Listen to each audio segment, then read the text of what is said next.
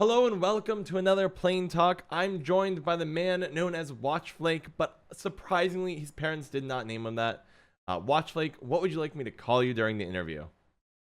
Flake is fine, or Matt. I mean, Matt is my real name. That's what's on my driver's license and all that other stuff. I So, mean, Flake whichever, or Matt, either, Flake or whichever. Matt, what do you want? I'll What do order you it. prefer, my friend? I'm good with that. I mean, I went to high school, so I've been called all the worst things ever. I went to college, university, stuff like that. Like I've been, I used to bartend for 5 years. I did a lot of stuff on stages, so I've Mhm. been heckled and catcalled and yelled at, all kinds of things. So, So hey nerd, you clown, whatever. It's all good. I'm that's not the honestly bar. That's not the bar I want you to give me. Saying like that'd be like saying as long as you don't call me like the worst things I've been called online when playing video games, then I'm Oh god, good. That is you're yeah. sitting in high school as the bar of things to call you. That's like the lowest bar you could come up with, except maybe online is a little worse. I've been called some pretty nasty things in League of Legends before.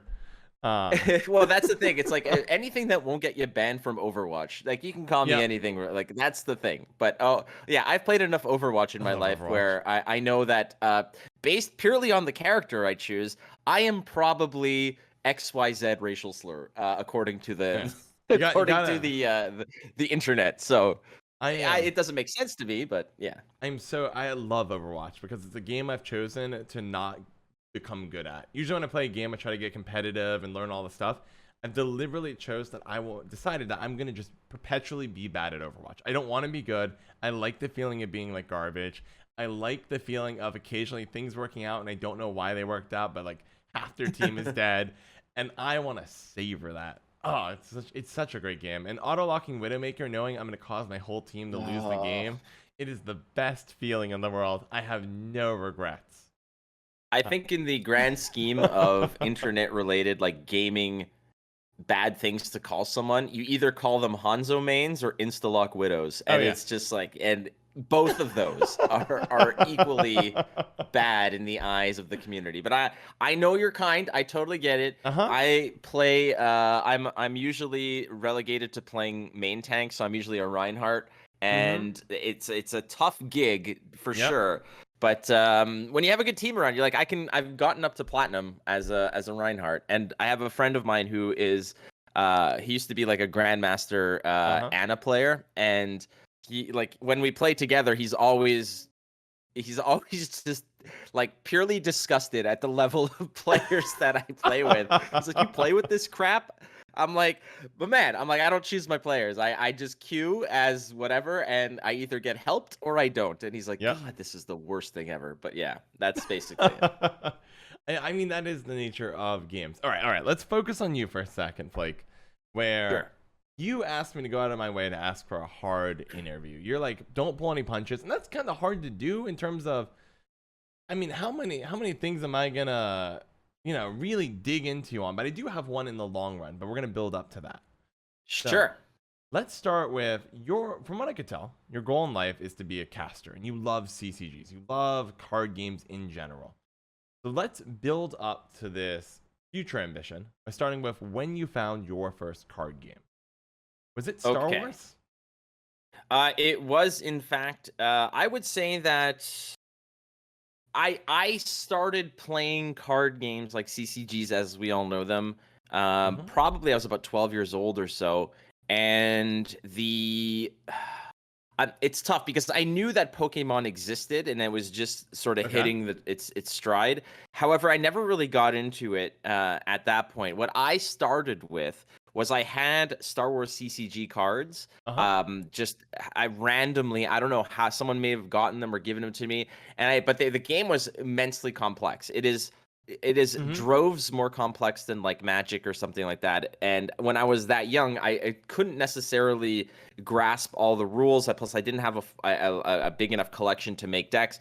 But there was another game that came out called Young Jedi, which was a Okay. very, very simplified game, CCG, basically comparing numbers of like this is greater than this, so I win this battle, blah blah blah. All right. Which I got into because it was Star Wars based, and I was, of course, Uh a huh. massive Star Wars fan.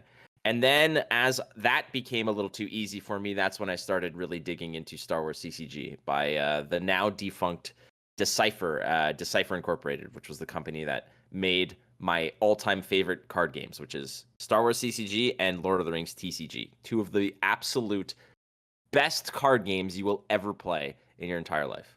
Yeah, and I feel like it's the tough part about games as the business models change and all these niche games start to die away and other games spring up in their place, especially in the card game space, because it's a ruthless place, right? Magic the Gathering survived. You have all these online ones, which are extra difficult to compete with, and then like the little niche ones come and they go and they come and they go, but a lot of it's a tough industry. And yeah. Go for it. No, I was just gonna say you're absolutely right. I had this conversation with a lot of people in terms of, when they ask me like what makes good card games. I've been playing card games for over like 20 some odd years, and over the past 5 or 6 years fairly seriously. And like Magic survived because it was like the OG. And there's a lot of value, and it created a massive following that is difficult to break. Hearthstone was the big splash in terms of the digital format, and that had a backing, of Blizzard, and again, a lot of money. And nowadays, there's Legends of Runeterra, which is successful. There's a bunch of other card games, but the problem is like you said, the market. It seems like every couple of weeks there's something new that's shown up that is maybe similar, but it's not different enough to really give it any kind of spotlight. Whereas I feel Gwent is the outlier in the sense that it is so much different than any other card game that exists, in that there's no life totals. There's 3 rounds. There's a management resource element to it that is very, very important. It's not just playing on curve. So I think that it'll always have a as long as CCGs are still relevant, I think it'll always have a fan base. Whereas all these other CCGs that are coming out that are essentially clones and refined clones of Magic, it's going to be more difficult to survive. Card games like, and I say this working for these card companies as a caster, like Kards and Mythgard, etc. They're phenomenal games, but they're too similar to the titans of the market that it's going to be difficult for them, as good as they are, to thrive. Because the only reason something like Legends of Runeterra was able to sort of sustain that initial push is because it had Riot as its backer with tons of money and marketing and push for it. Card games like Mythgard and Kards, I find, are superior card games, but they're indie, small market, where they can't have grand tournaments, grand productions, grand marketing schemes, and it's unfortunate, but that's kind of the way it goes. Sorry, I didn't mean to hijack there. It's just always unique to me where Gwent is positioned, because it's hard to even compare Gwent to other card games. When they say, "What's your favorite? Is this better than this?" Well, the rule set are completely different to me. I find like they're different, and it's hard to compare them. But Gwent, I feel, is unique enough that it'll always attract a certain type of player to play it, as long as it's producing content. I completely agree. I think you hit the nail on the head for a couple of reasons. One, talking about the publishers. Legends of Runeterra got there because not only is it Riot Games with a ton of money, but the lore is fully developed. People are already attached to everything in this world. And if you love the world, you're going to love it even more because they're fleshing it out with the game itself. So if you're like, oh, what's Demacia like? Well, here's all the Demacian characters that aren't the main ones. And so you have these huge lore hook on top of a ton of money from Riot Games, who is going to become basically the next Blizzard, right? They're going into every genre of game and trying to make their genre killer. They're Valorant taking out CS:GO, or trying to take on CS:GO. League of Legends already have taken on Dota 2, etc., etc. And then if you come to Gwent is, even though it has CDPR behind it, still a small indie-esque feel. It's a small team on this project, but it is different. It's somebody coming in from card games, not saying, hey, how did Magic the Gathering work, Hearthstone work? Let's try to upgrade the systems a little bit, right? Hearthstone just sat there and said, oh, let's fix the mana system for Magic the Gathering that nobody likes, and then tweak a thing or two to simplify it down so it's good for our digital format. Where Magic the Gathering struggled on digital because the rules were so all over the place. Still, Magic the Gathering Arena came along. But now you look at Gwent. Gwent's a monster, and I love it because it's addictive, because it's totally different. You have the 3-round system. You can play whatever card you want whenever you want. Who needs a resource system? The resources are the cards themselves, because you're trying to win a round of as little as possible. It's not like Magic the Gathering. Like, I'm going to play my best card right now that does the most impact. What, you're sitting there saying, okay, I can crush you by playing ball round 1. If I play this card, though, I put a lot of effort into getting this into my deck. And if I play it now, I'm going to lose next 2, and I'm out of the game. Oh, it's so different. And I think that's a huge strength to Gwent. I feel bad for Like, all. Go for it. It'd be interesting. Like, imagine a game of Magic where it was at any point, like, each player had 10 life, but you had to win 3 games with the same deck, and it's like any time that the deck is, like, at any point a player could just say, "All right, I concede." Like, you overcommitted, I concede. We'll go to the next round. Everything's reset.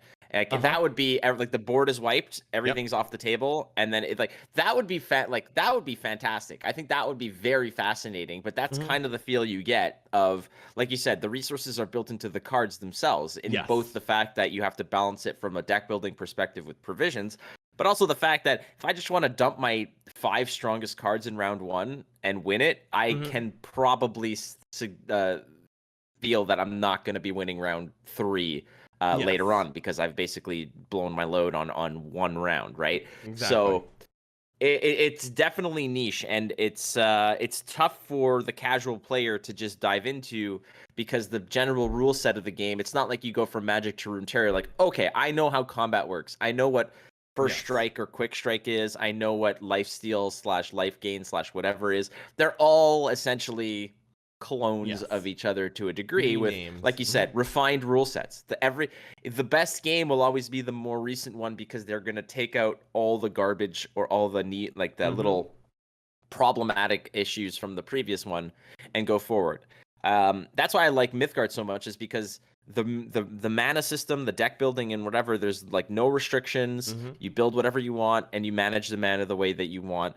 But it's just tough to build. It's tough to make a card game different when it functions like on a curve, where it's just, okay, if I have my 1 drop, my 2 drop, my 3 drop, and they're all played in succession, there's a good chance I'm going to win this game if I have efficient turns for the first 3 or 4 turns, right? Yeah, I think, and that to me is one of the downsides to a lot of the mana system games, where you sit there, you build your deck, you're like, I have so many cool cards I can play and choices, but the games play themselves to a large degree. This would be my big complaint, where I have a 1 drop, I have my mana from Hearthstone or land to produce mana in Magic the Gathering. It's like, you play the land to play the thing. And if I have a spell, it's instant, and maybe I'll do it at the end of your turn. The cards, you look at the numbers, look at the amount of access to resources you have, and you go. And this is where I think, Gwent nails it. You can do whatever you want. And that makes it so you have a very simplified rule set. You don't have to worry about mana, just play whatever you want. But the complexity of the multi-round system is so addictive. Once it clicks, you just can't go back, because there's nothing else like it. And I wish more card games were bold to try new things like that, where you just say, hey, maybe the issue with card games, one of the issues is mana systems aren't correct. Everyone's refining off of Magic the Gathering, because Magic the Gathering is so widely successful. But I appreciate a card game pushing into truly new territory and trying to say, what else can we do with the genre? It's time for card games to get away from the life total system, the minion battle. Like, try something different. That's why Star Wars and Lord of the Rings, to me, were phenomenal, because the way that you win in either of those games was completely different. There was you're not attacking any face. You can control territories and battle your opponent, or you can utilize strategies that really just choke your opponent by controlling more area than they do, if they want to sort of not go around you. And in Lord of the Rings, it was, you build a fellowship, you need to advance from Hobbiton to Mount Doom to go drop the ring in. And every stage of the journey, every turn, you can move 1 or 2 stages up until, and it's 9 full stages. And every time you move, it's like a gamble, because your opponent is playing both Fellowship and Shadow, which is the enemy side, to stop you. So you either win by killing your opponent's Frodo, or you win by getting to Mount Doom and surviving the last onslaught. Awesome. There's no life total. So it's really, really fascinating how there's just this insta cling to the basic rule set, that framework of, okay, well, both players will have 20 health, and there's minions, and there's an attack value, and there's a defense value, and that's the only way to build a card game. Everything else after that, we'll figure it out. All right, now we need a first strike / quick strike mechanic. We need a life steal mechanic. We need a death touch mechanic. We need some sort of armor mechanic. We Yep. need some sort of taunt or guard mechanic. Like, it just seems like there's this blueprint, and the latitude you have to create around it is rather limited because you're always forced into this framework. So those margins where you can be creative are rather narrow. And I'm dying for something new. And now with like auto battlers coming out and new kinds of card games coming out, I think that just it might have been a consequence of the fact that the market is just flooded with those style of games. So there's no room for developers to come in and say, well, all right, it used to be just Hearthstone, and now it's Hearthstone and Magic, and now it's Hearthstone, Magic, and Runeterra that are like really, really popular. Like, how do you wedge into that and become popular? You know, so you can't, and that's hopefully enough of a motivation for other developers to start looking outside of that blueprint, outside of that framework, because not that it's boring, but it exists and it's been refined, and like, why would I? You know, it's just something that I think is if they don't stray away from it, then CCGs as a genre are just gonna tank. Yes, I agree. So do you know, I hope I have his name right, waking up still.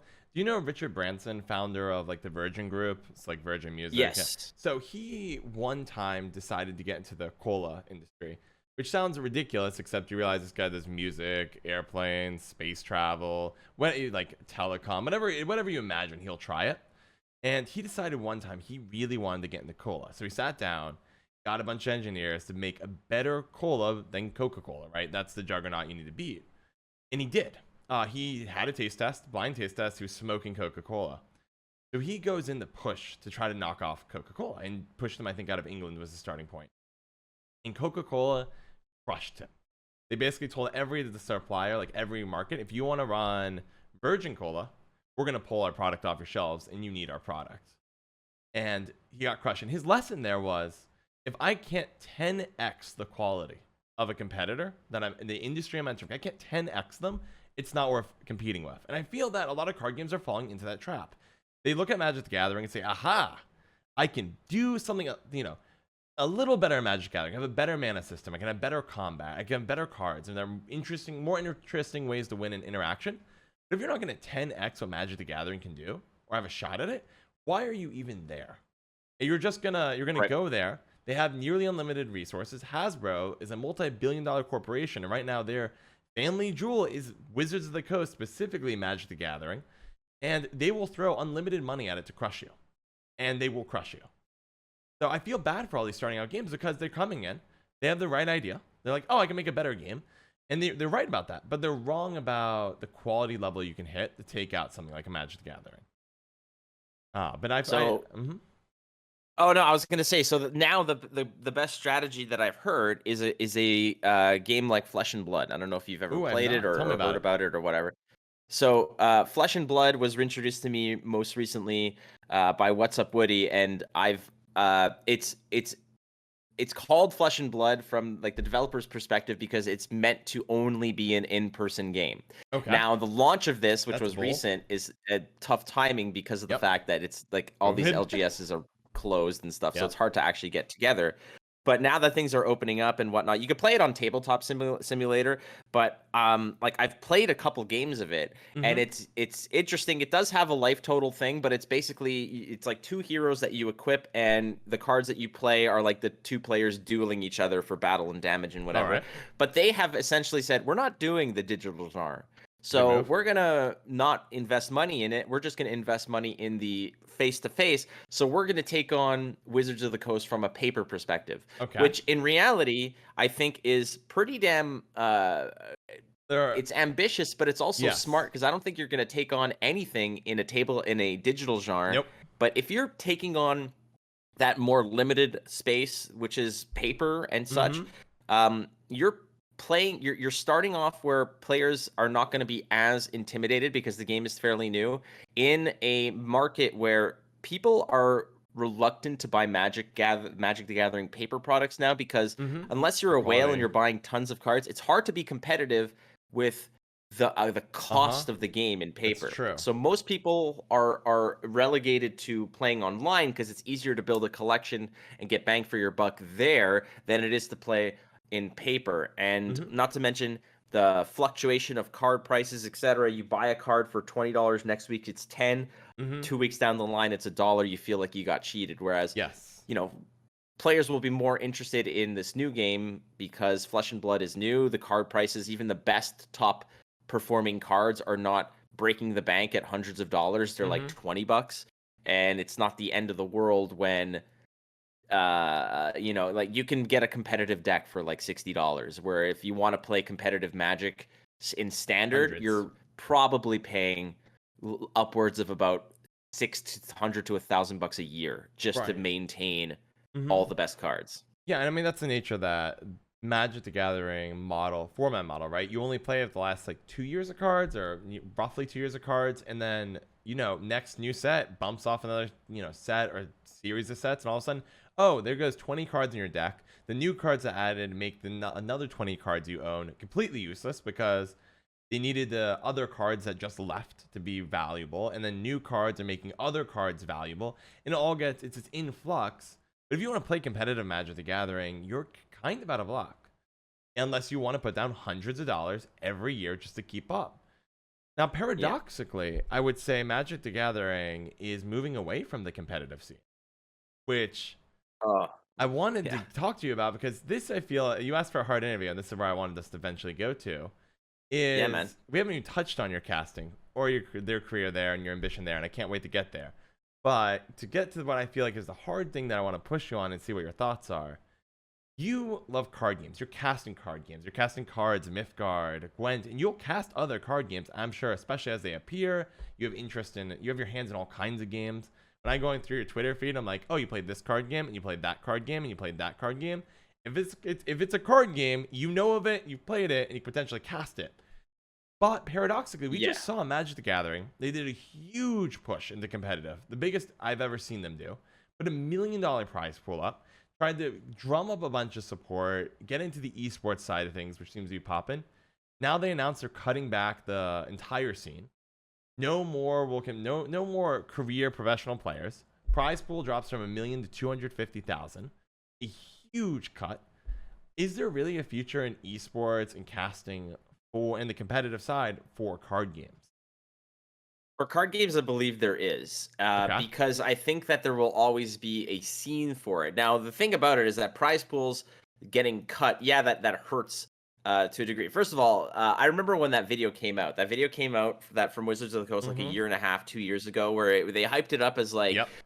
be famous and get like all kinds of fanfare and all this stuff, like become a pro, you at home, like you, Timmy Smith from Rhode Island, can be a Right. pro. Like it was just, and they did this whole video segment where it's like they show someone like coming out of a limo, and there's like Mhm. photographers and like a big stage, and it was all this production. It's like Yeah, yeah. $1 million prize pool. It's like, okay, I get it. Like you're hyping it up. Like that was pretty damn cool. And all of a sudden they just yanked the rug from under you. Yep. Where it's like, oh shit. Well, fuck, Ooh, sorry. Like big that. yikes.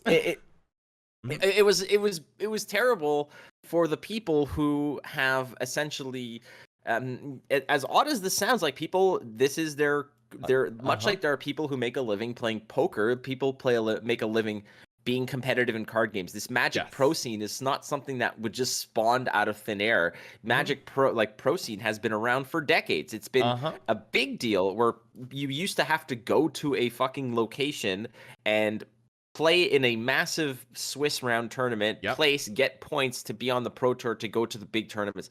It was a job.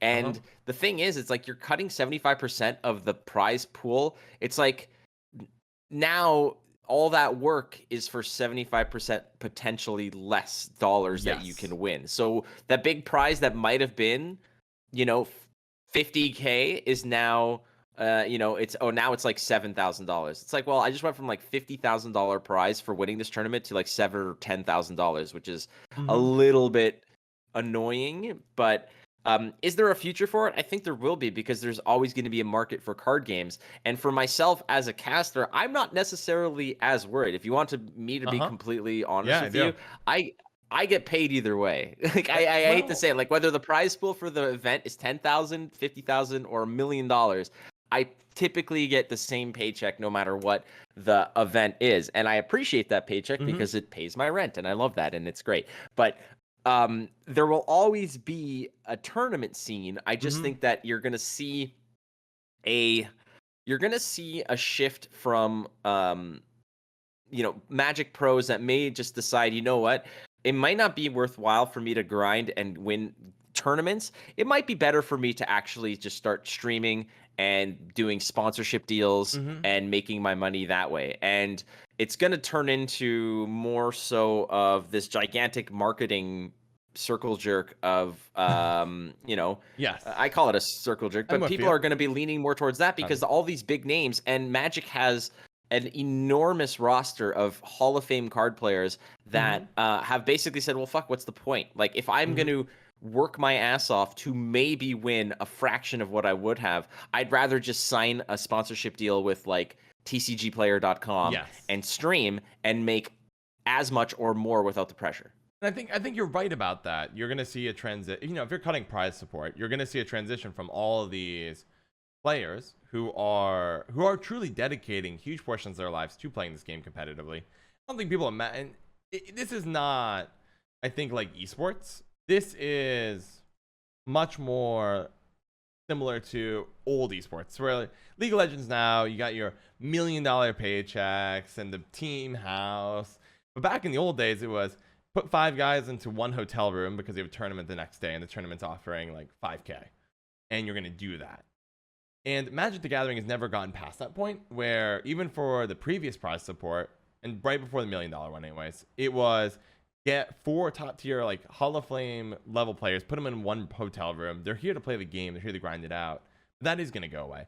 $1 million was a push to esports. That seems to have failed.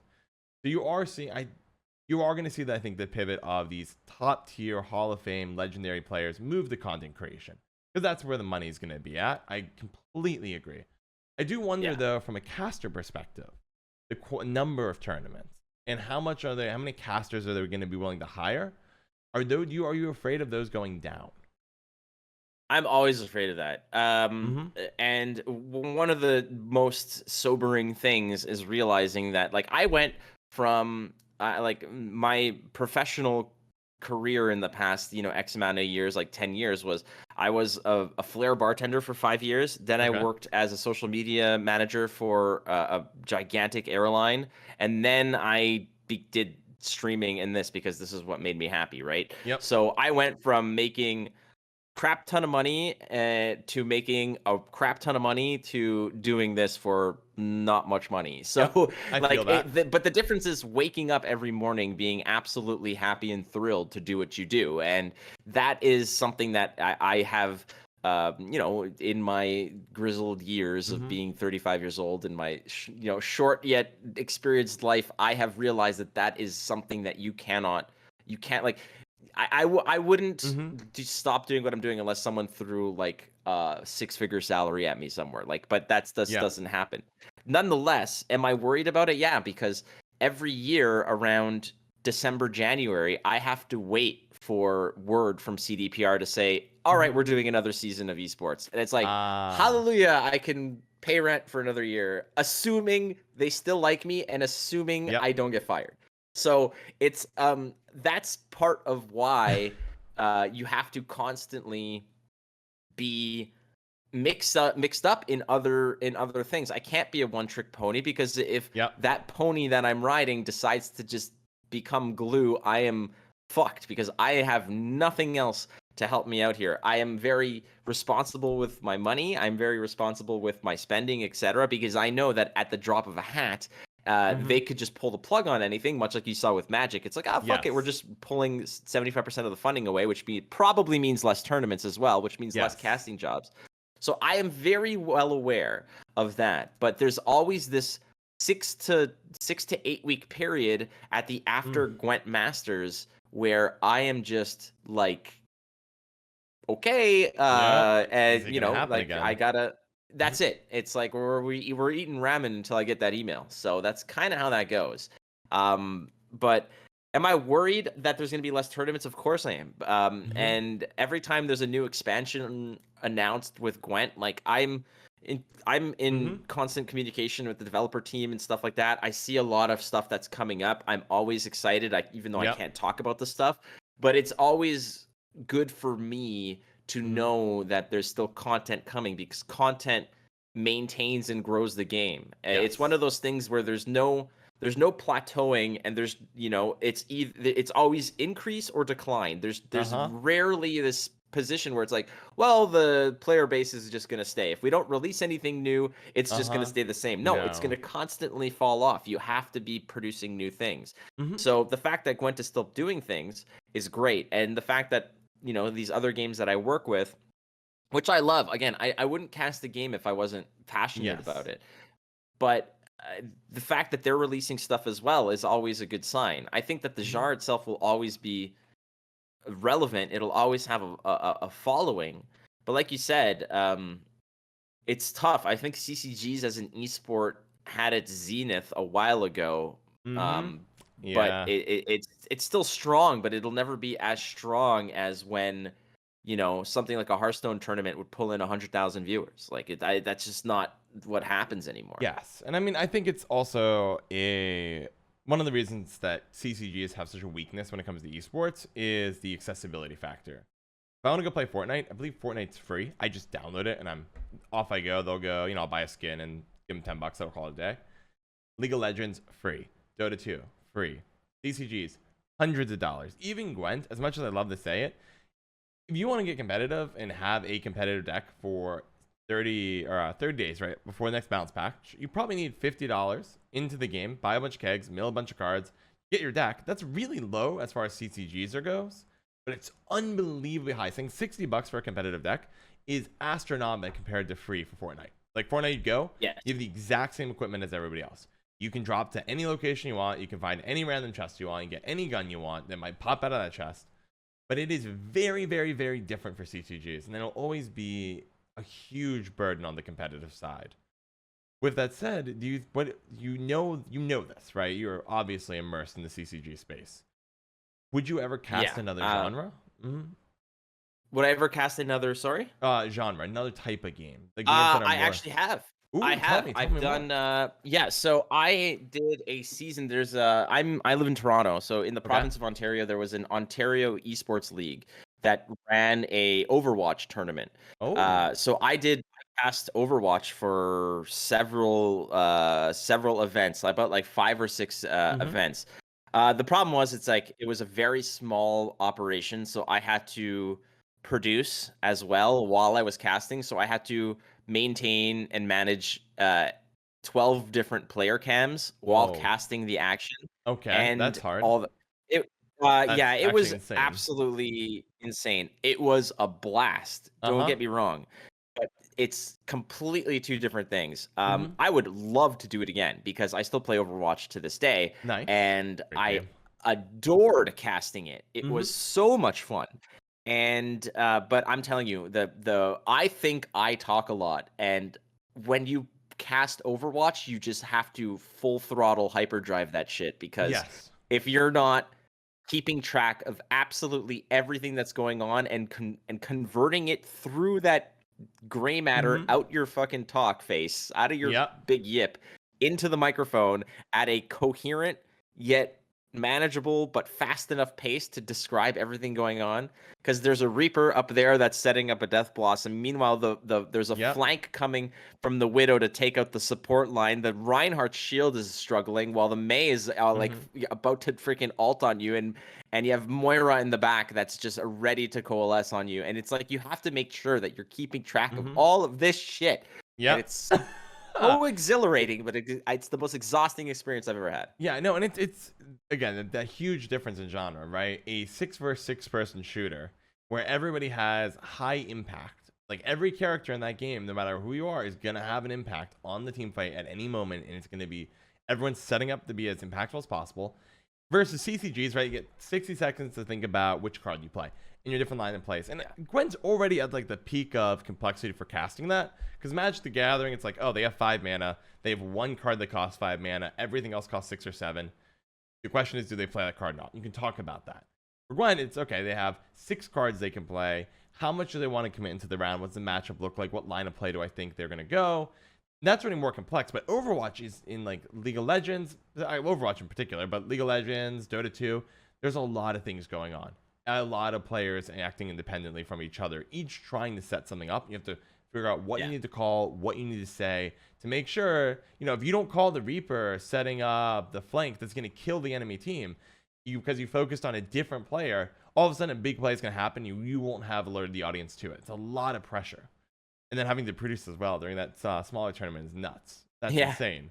Well, it was basically, I had all the cameras like F1 through F12. You just click on it and you get that player's perspective. But so you're just keeping track of like, okay, who's close to ulting, who's this, who's that. Basically, I mean, my crutch was you just follow the attacking team's Reinhardt, and if you're and you switch to whatever DPS is getting the job done.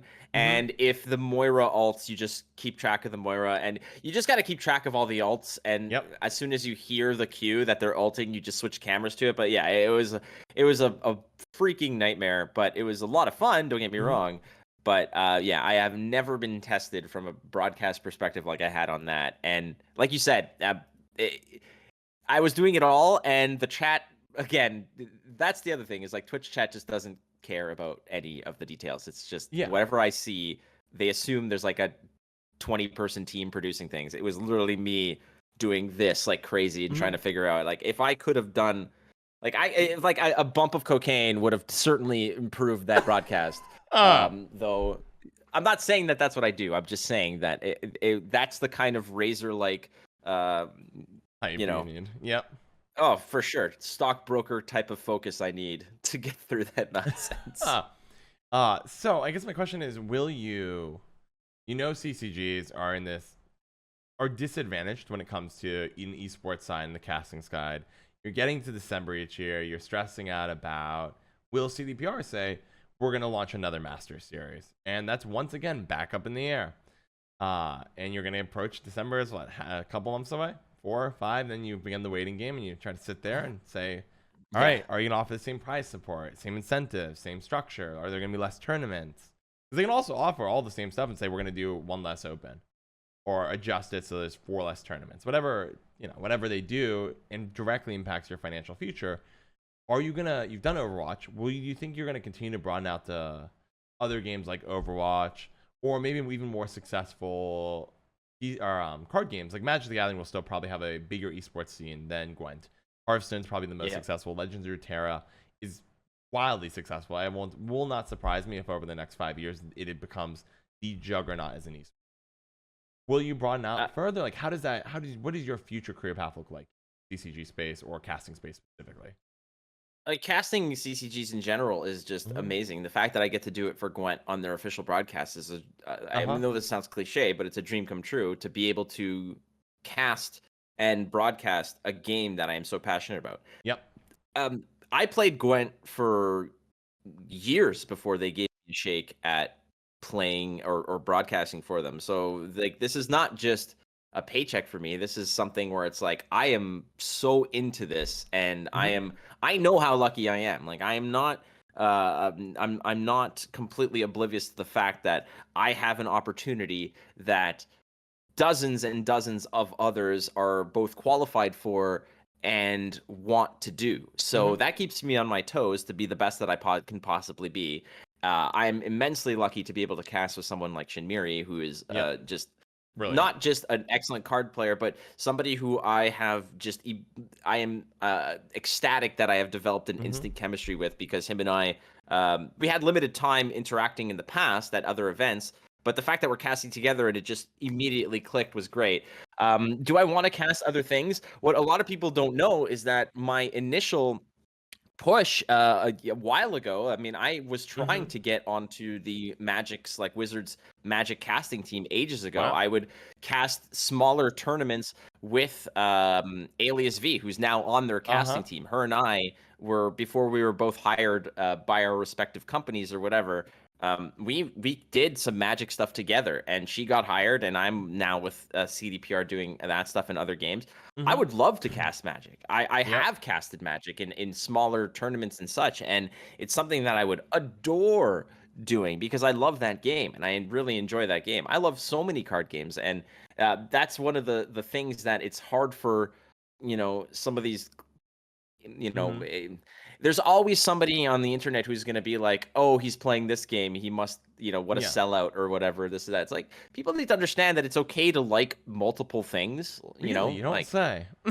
I know, isn't that amazing? I know. It's great, and Shocking. that's, it's like, oh, did you quit Gwent? It's like, no, motherfucker. Like, I've played like 60 hours of Gwent this week. Like, fuck Yep. off. Like, like Yeah. I'm allowed to play Hearthstone for a day. Like, get fucked. Like, just leave me alone. Yep. But I would love to do Overwatch again, but I mean, within esports, frankly, Magic is something that's always been on my radar and something that I've wanted to do. Not to abandon Gwent. I would never abandon Gwent because I adore Gwent. But Yes. given the opportunity, if someone messaged me and said, "Hey, we want you to do this Magic tournament," I would fucking be all over that in a heartbeat. And it's not because I'm just, I mean, I like Mhm. paying my bills. That's Yes. also an Paying, awesome paying thing. bills are nice.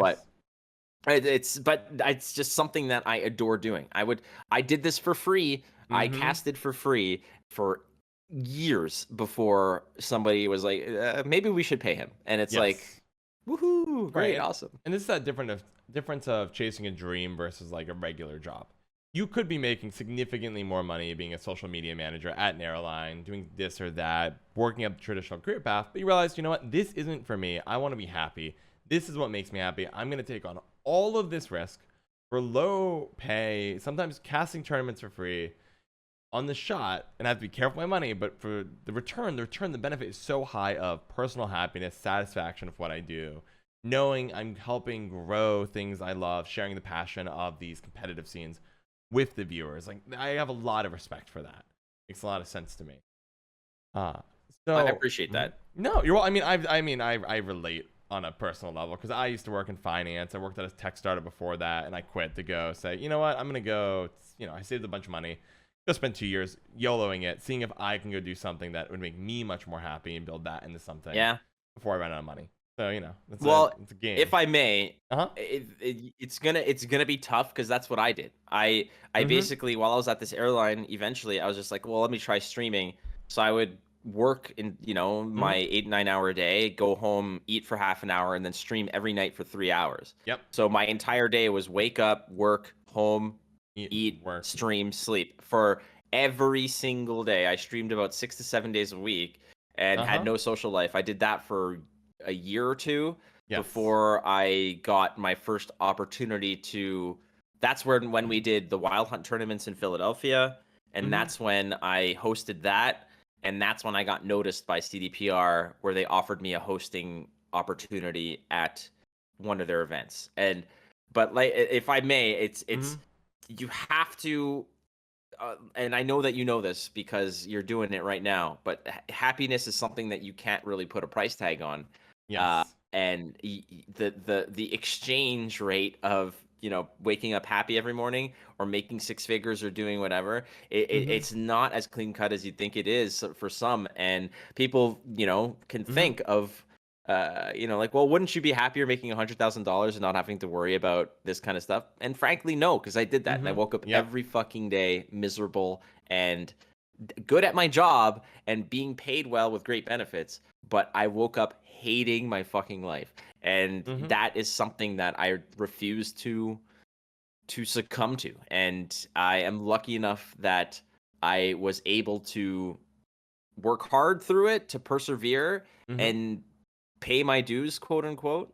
And it's not like it's a free ride now because there's always people gunning for your job. I mean, look at the past couple events. What was the turnover of the casting team from 2 events ago to now? Like, I'm a surviving member of this gigantic shakeup, and I know that a lot of that I feel is by virtue of the fact that most competitive seasons, if there's an event coming up, I'm probably playing 5 to 800 competitive, like ranked pro ladder games in Yes. advance, because I owe it to the people who are watching me to be the best player I can possibly be, for two reasons. Number one, because it improves the broadcast to be able to see the lines and have that experience and the wisdom when the cards are being played.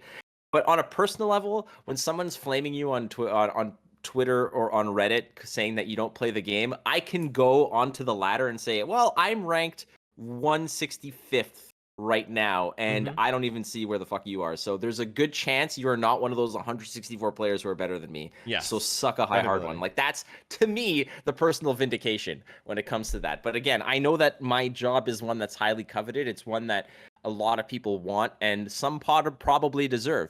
But Mm-hmm. until they can tell me why I don't deserve it, then I am just gonna continue working hard to be the best that I can be. Yeah, I think you hit a lot of things that I completely agree. First, that hard work, where not only are you chasing a dream, and that price on happiness really isn't there, because there are so many really rich people who are super miserable. I think Jeff Bezos recently bought a $500 million yacht, and it was so weirdly designed it couldn't fit a helipad. So they had a mini yacht built with a helipad. So he has like a, they have like aircraft carriers in like the States. He has a yacht carrier effectively. He has like a fleet of yachts that are gonna be going around. But do I imagine Jeff Bezos, this guy who's been a workaholic his whole life, to hopping around on a yacht, going from place to place? No. Like that strikes me as someone who's like super rich and super miserable, where he accomplished everything he wants to do, and he's realized, oh crap, I'm gonna live for decades longer. Like this is a serious problem. Yeah. And so it's not about getting rich. And I think you found the path that will make you happy, but you know how competitive casting is. A truly coveted job. 100%, people are sitting there gunning for what you have. They look at you and say, I want everything Flake has built. I want every job he's gonna get, because there are like 6-7 positions. In the Gwent casting scene in particular is so competitive. Jeez. It actually, Yeah. I would argue it's, from what I've seen, like esports, Magic Gathering esports cast versus Gwent. Gwent honestly has, in my opinion, some of the best commentators that can easily go to other games and do better than the existing talent there. It is a truly remarkable lineup Gwent has for casting, and you've been able to hold your job and hold it. I think it's more personally looking at it than just your ability to play the game. I can find like 20 people probably who are in top 500 players every other season or so who want to be a caster, but I feel that your niche has always been you're casting first and then building the credibility second. Where a lot of people want to be pro players, like, oh, maybe I'll do some casting on the side. And I feel that one of your edges is you want to be a caster. You're going to pursue that dream fully. You'll cast in other games, which gives you more credibility as a caster. And then you can go to any of the card games. You played so many card games or in other games that you can go sit there, get ranked, and say, look, I'm not only incredibly decent at this game, I'm a pro rank player, top 500, but I put casting first, and I have this huge resume of events I've done, and I have a lot of respect for that. And that's the thing. Like you said, I know that a lot of people want what I have. Like, Yep. and that, but you said it. Like, I am confident enough to say that when you say like I what I've built, I mean it wasn't handed to me. Nope. Like, that's You the one grinded. thing. That Wild Hunt tournament, that was created and done by a few, like myself, people like Mark Theus, No Control, out of our own pocket. Like, we Yep. flew there, paid for the stuff, sponsored the prizes, did all the things. We tried as best as we could to recoup some of that money based on like selling, some Wild Hunt merch or whatever. But we made no money off that. We went into the Reds to Yep. create that, which eventually became an exceptionally well thought of tournament for those who were there to experience it. And for myself, was a launch pad for future opportunities. But that tournament wasn't without a year of streaming every day prior to that, networking, creating content, and in my opinion, doing things what I like. I don't want to call it the right way, but it's one of those things where, like, even when, so at the airline that I worked at, I started working there in management, in communications management, my father also was an executive on his way towards retirement at that time within the same building, which was really weird because Yep. he had built this 30-year reputation as a super well-respected high up, and I come in, and it was one of those things where I was like, I don't want to be given any opportunity based on my name association Yes. with you. I appreciate, if you show me the door, and like, I want your wisdom. I don't want your Like you.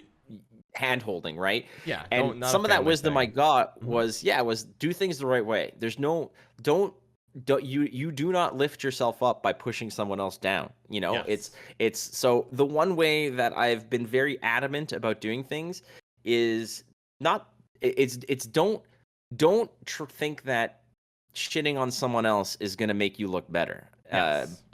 It's going to make you look just as worse.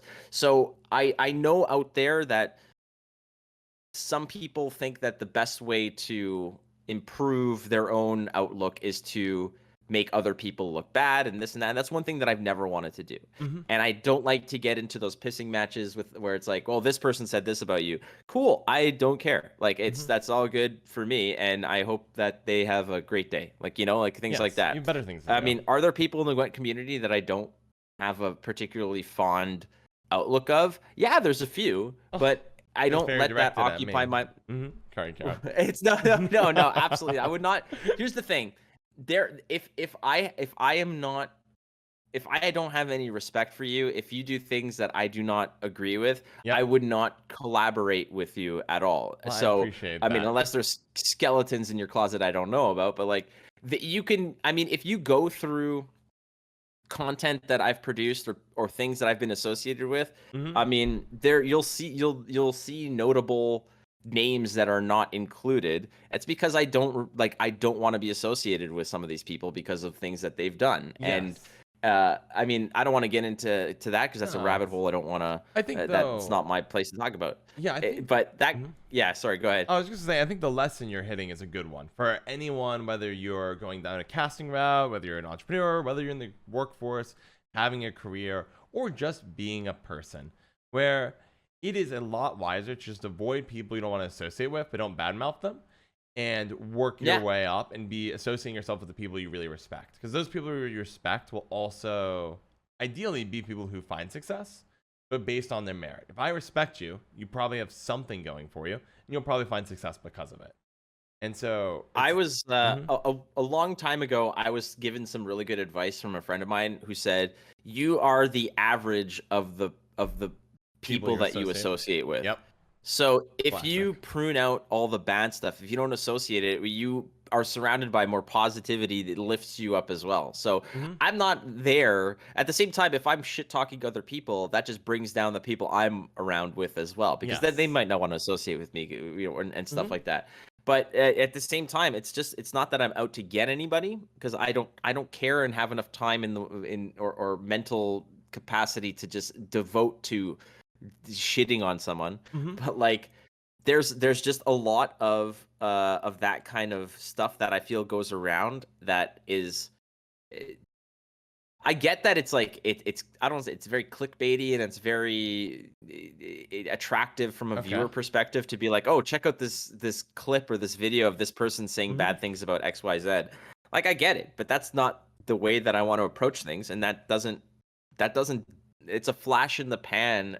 Whereas over the long course of time, like, I'd prefer to just have this low simmer of Hmm. increasing my stock to the point where I can not have to worry about eating ramen every every day to just sort of get through until the next tournament is announced, kind of Yeah, thing. I think one thing that resonates with me, or one thing I think about a lot, is what do I want my work to be?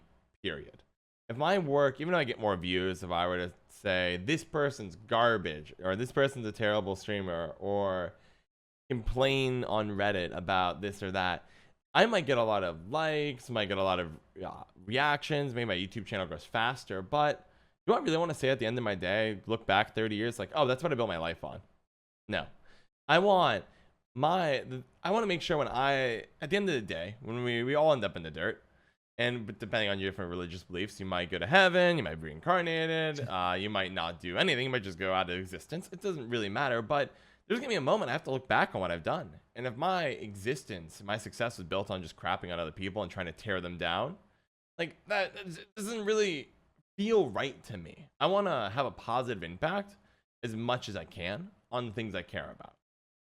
If I got a cast, I imagine for you, if you get a casting job and it's because you badmouthed all the other casters until they gave it to you, that would feel a lot less satisfying than simply being such a good caster you beat out everybody else anyways, and you provide them a better casting experience because instead of spending your time carrying that everyone else, you just simply spent it refining your skills, building yourself up, surrounding yourself with good people that help you with that as well, and providing the highest quality casting experience you can. And that I think is key. You want to be proud of your work, and better to be the best you can than tearing everyone else down to appear to be the best.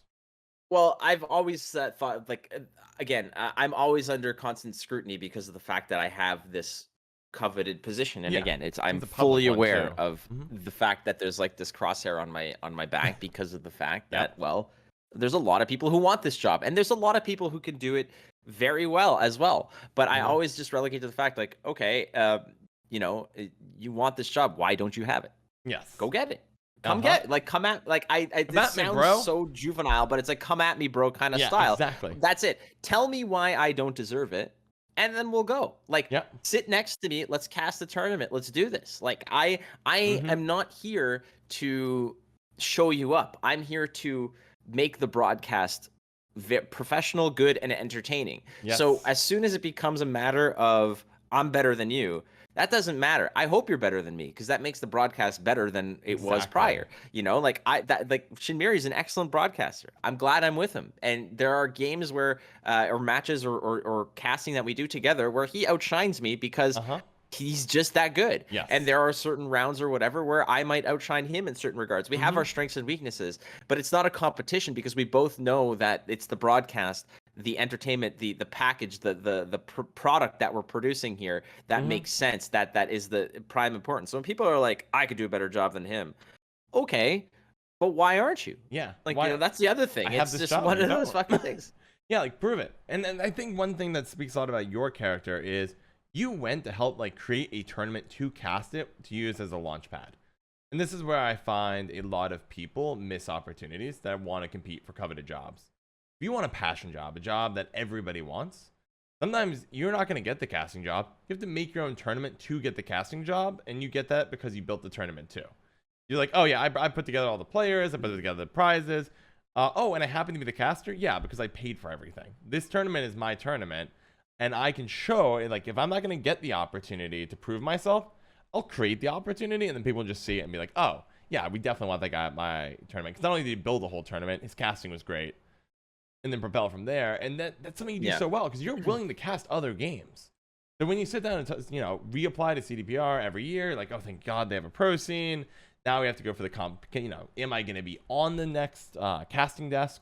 You have to sit there and be like, okay, I've casted all these CDPR events, and the casted Mythgard, and the casted Kards, and I've done Overwatch work. Like, I've casted all of these. You can see me across genres, and I'm also a pro rank player. Why would you not hire me? So if somebody's just sitting there casting a Gwent thing here, they're like, you have a huge edge. I give you a lot of respect. You work hard. Well, the thing is that when it started, I had no events. I had no pro rank experience. I had none of this, right? Like I was like, oh, I was legend in Hearthstone. Like, what the fuck does that really matter? Like, there's tens of thousands of people who have that under their belt. But I mean, I had experience doing like stage comedy. I had experience doing working like radio in Montreal. I had experience doing college radio. I had experience and a passion for cards. So it was just a natural marriage of the two that actually, blossomed into a career that I can actually pay rent with, which is a blessing in itself. But that resume is literally a matter of I'm like, I'm not going to say no to work. I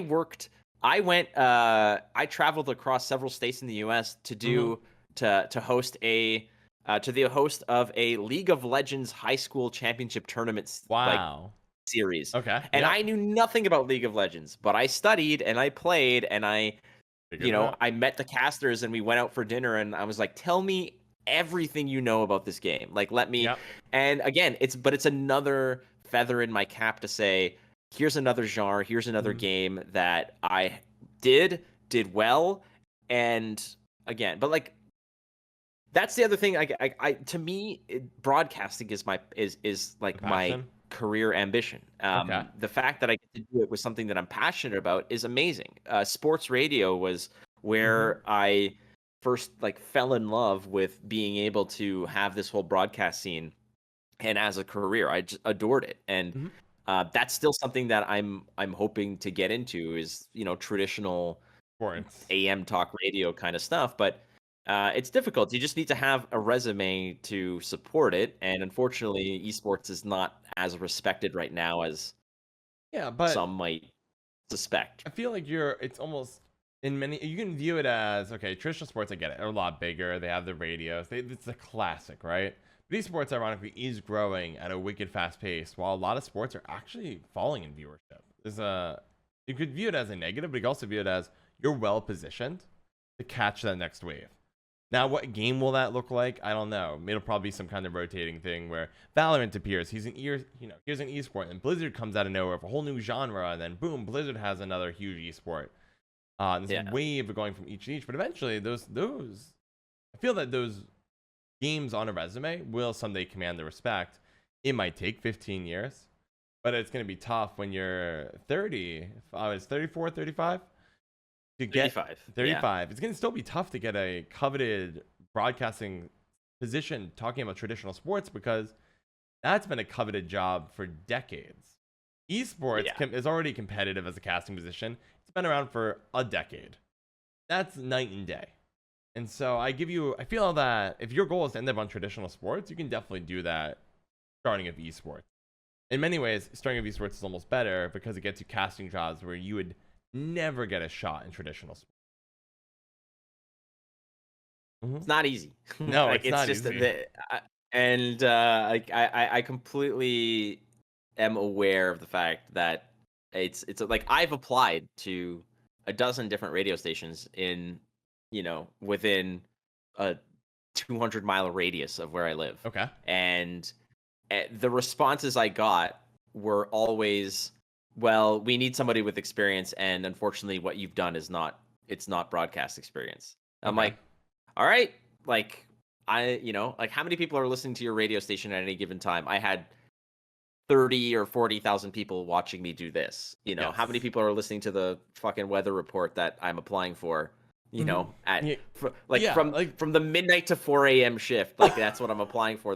You probably have like 150 people listening, and apparently but I get it, and I totally understand. And there's just this kind of old guard mentality that this is not real, and it's you just kind of wait and pick and choose. But at the same time, it's not like I'm discouraged and floundering. I'm, again, adding more, sewing on more badges to my sash, so to speak. Every event that I do is another notch on my belt of experience, of this, of that, of another challenge, of another situation, of another opportunity that I hopefully can represent properly. So do you think the end goal for you is you want to be on a radio show talking about sports? Is that the dream for Flake? That was the dream for a long time. Ooh, okay. Well, it depends. It depends how far back you go, because like when I was like 3 or 4 years old, I wanted to be a Ghostbuster, and then I wanted to be a garbage man, which really thrilled my parents. That was like my career ambition, was to be a garbage man.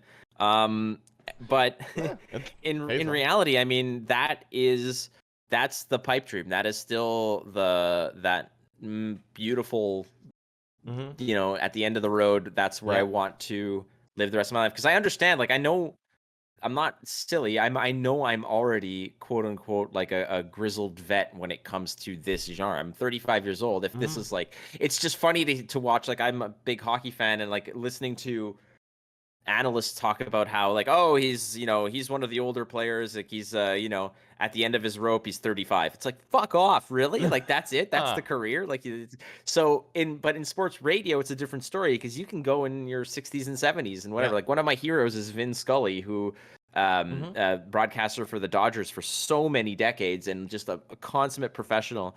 And just listening to him into his like 80s doing this and still being on his game, it's like, wow, like that's something that I can continue waking up every morning enjoying. Like if somebody's like, oh well, there's this college baseball team that needs a play-by-play guy, I'd be like, can sign me up like Yep. immediately. Like that would be amazing. Would I ever abandon this? It's tough to say because I love doing this and I will continue to love doing this. Like I can't throw card games away ever Yeah. because that's something that I do in my spare time anyways. So, but Fair.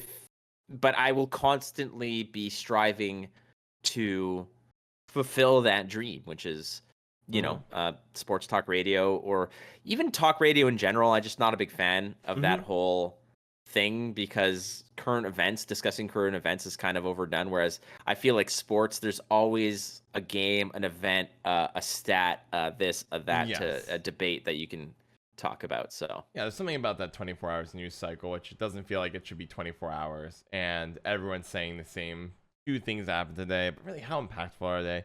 But sports, you're right, it is a ever-moving thing. The whole point is you're building up to a championship of some kind. Every win counts, or it's building up to this. Someone might get injured. All of a sudden, what's this team's chances? Or what about this rookie? Is this new change gonna... There's always something meaningful and impactful going on in sports, which might not actually happen in world news. And that's just because the world is the world, and sports is structured in such a way that the day in and day out, game after game, does start to really matter. And also, I'd say the frequency of the games matters too, because when the season's going, for every sport, it's going.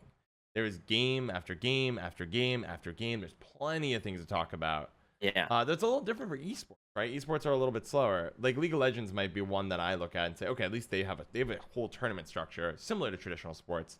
Like like Gwent Overwatch League. All right, elaborate. Overwatch League is tremendous. Like Overwatch League, the way that it was marketed as this city has a team, they sign free agents, and then they have a season and then a playoffs and then a champion. Like I was so freaking into that. I'm like, this is a brilliant way to take esports into a realm of legitimacy that can compete with other kinds of standard sports media, because someone might not want to watch I don't know, the Columbus Blue Jackets versus the New Jersey Devils,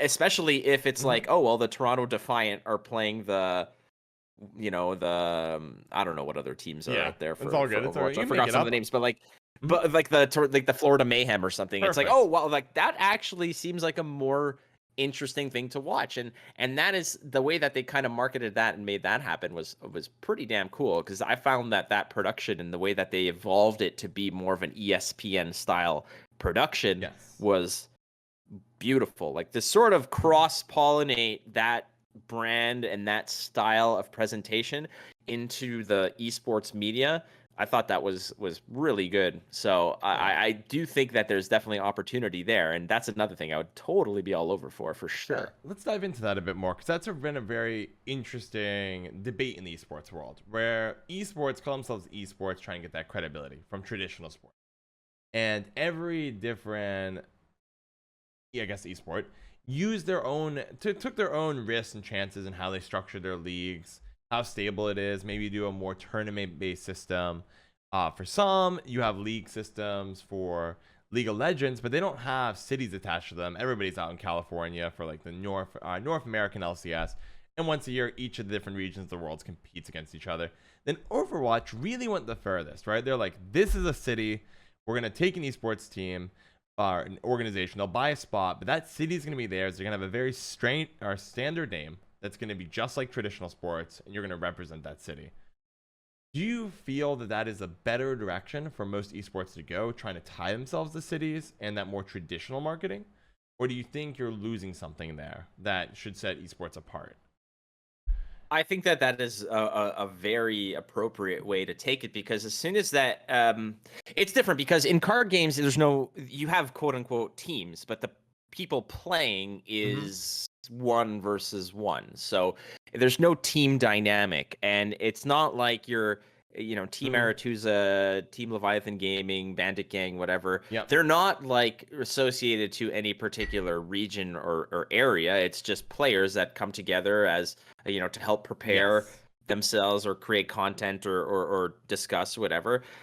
It's hard for these one-on-one style, be it fighting games or card games.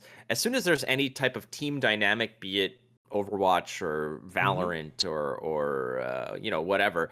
That I think is the best way to do that. Honestly, is to sort of go ahead and incorporate some kind of nationalistic pride Mhm. to it, or some type of association. Because I mean, as you can see, everything Mhm. I've got here, Yep. I'm very into the team that I grew up in my hometown, Supporting. Yep. and I'm so dedicated to it. And it's crazy how you instantly up any kind of interest in the sport itself when your team is involved, when your localized group of people are involved. So but you can't do it with just solo people. It's like, how do you have like a tennis match and have like like this is the Mhm. these are the Madrid Nadals? Like, Yep.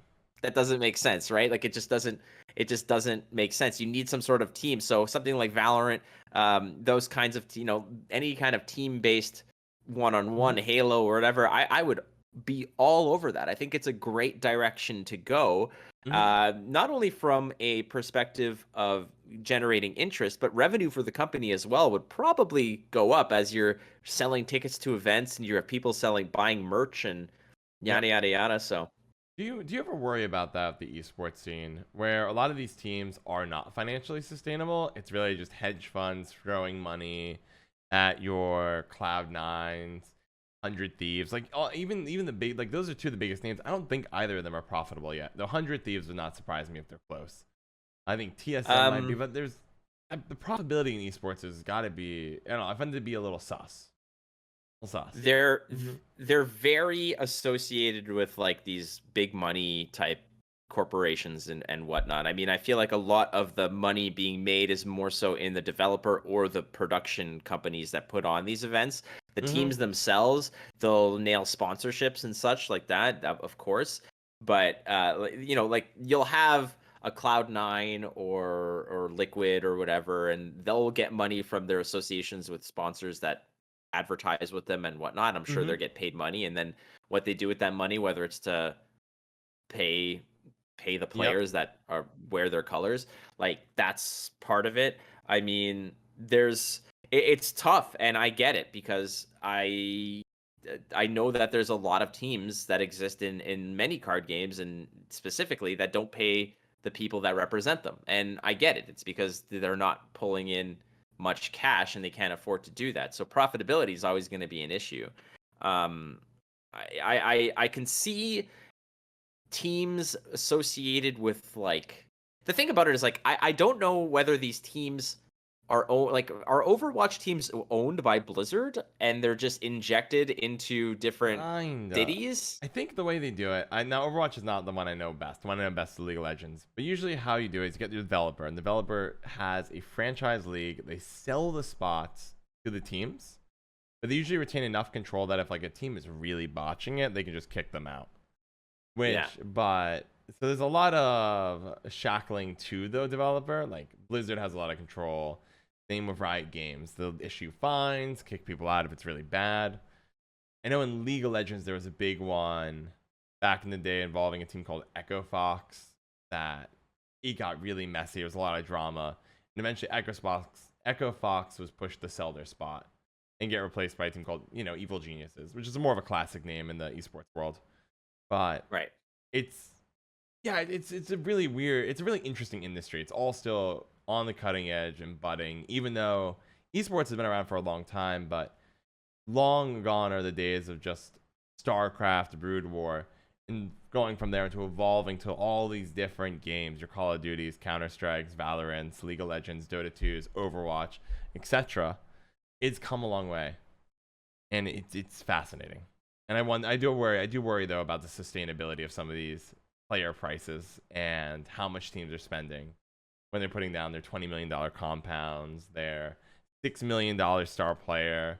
You look at that and you're like, huh, that seems like you're Are you really going to make $6 million off of that player? Like, is that the investment you return you're looking for?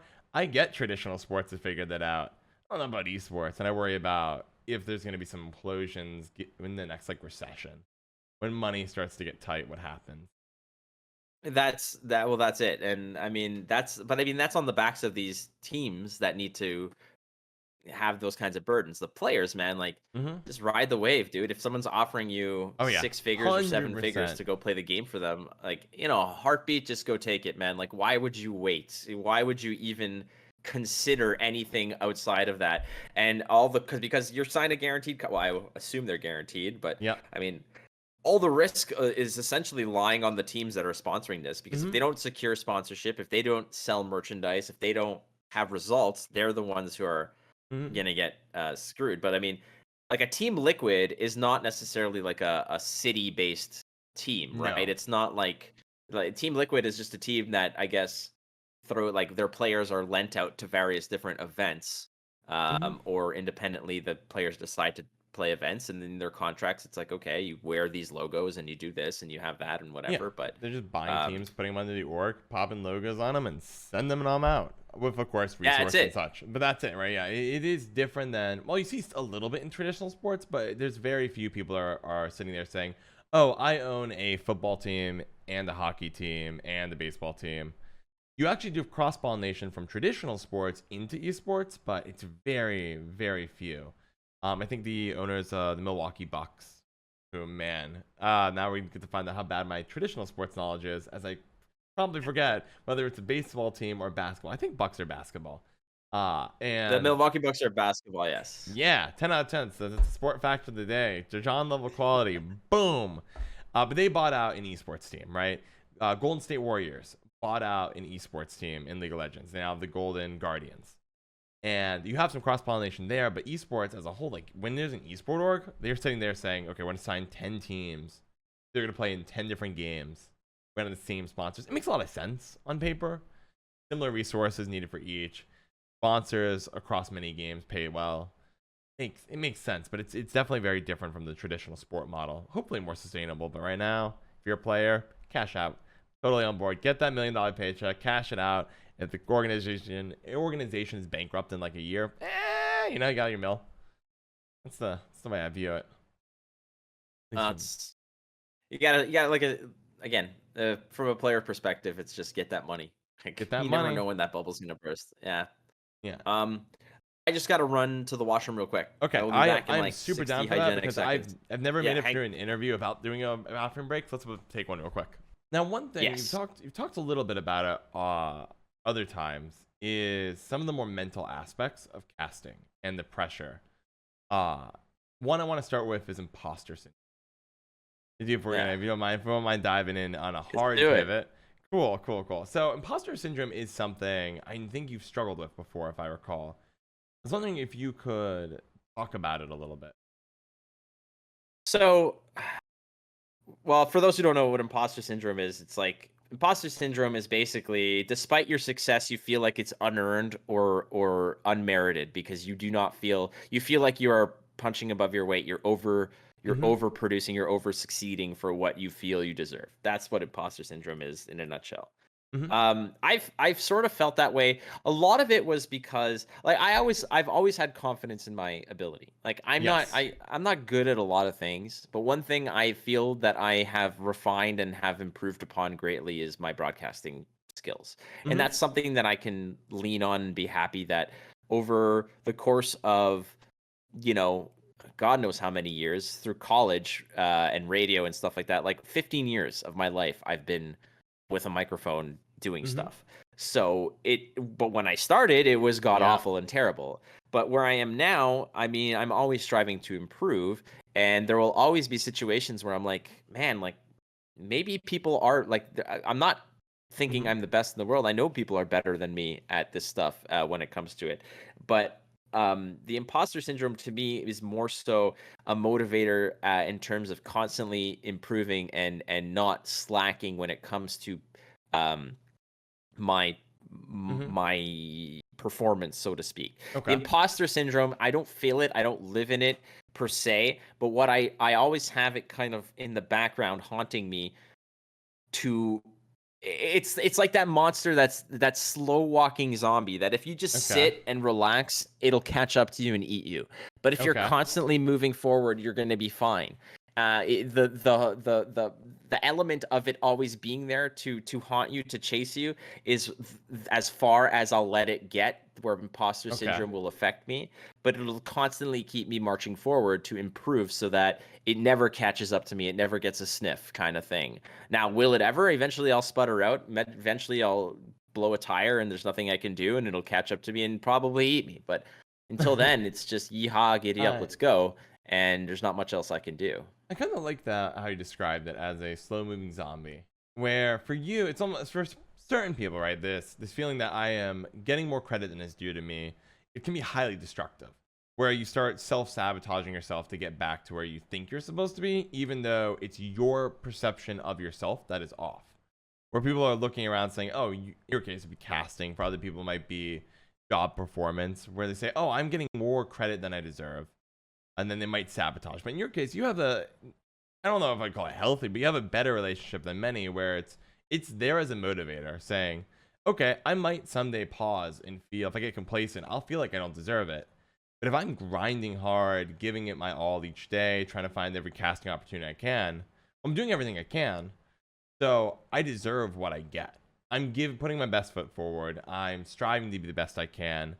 So therefore, someday maybe I'll trip up, zombie will catch up to me, I'll have to pick myself back up. But until then, I'm just going to keep trying to move forward to avoid this and get better. Sounds about right?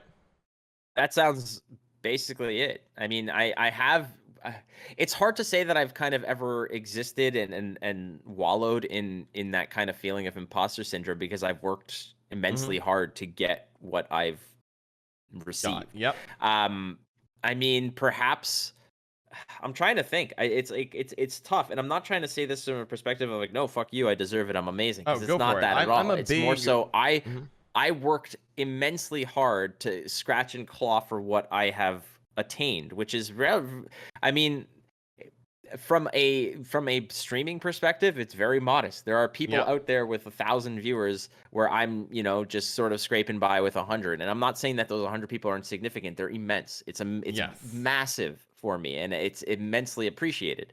But do I sometimes feel like I'm not getting my due, or that I'm getting more than I'm due? Not really, because it's one of those things where I've worked this hard to get what I have, and I'm going to appreciate it. If I was just slacking, if I felt like I was shortchanging myself every time, different story. I mean, there are streams where I'll stream and I feel like I just fucking mailed that in, or it was boring, or it was not entertaining.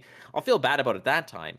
Yes. But for the most part, like, I'm constantly striving to produce an entertaining product, wherein I will never let that kind of mentality, that push forward, is what keeps that zombie at bay. That's what distances me from it. I'm constantly, rolling the D20 to advance my dude, while the zombie is just constantly coming every turn. Yeah. So every time that I'm working hard, that I'm producing a YouTube video, that I'm preparing for a broadcast, and I'm laddering up so that when that I'm in a top 500, top 200 slot, like whenever that occurs, that is what keeps that shit at bay. That's what really just smothers that whole haunting aspect of it. But it's always it's a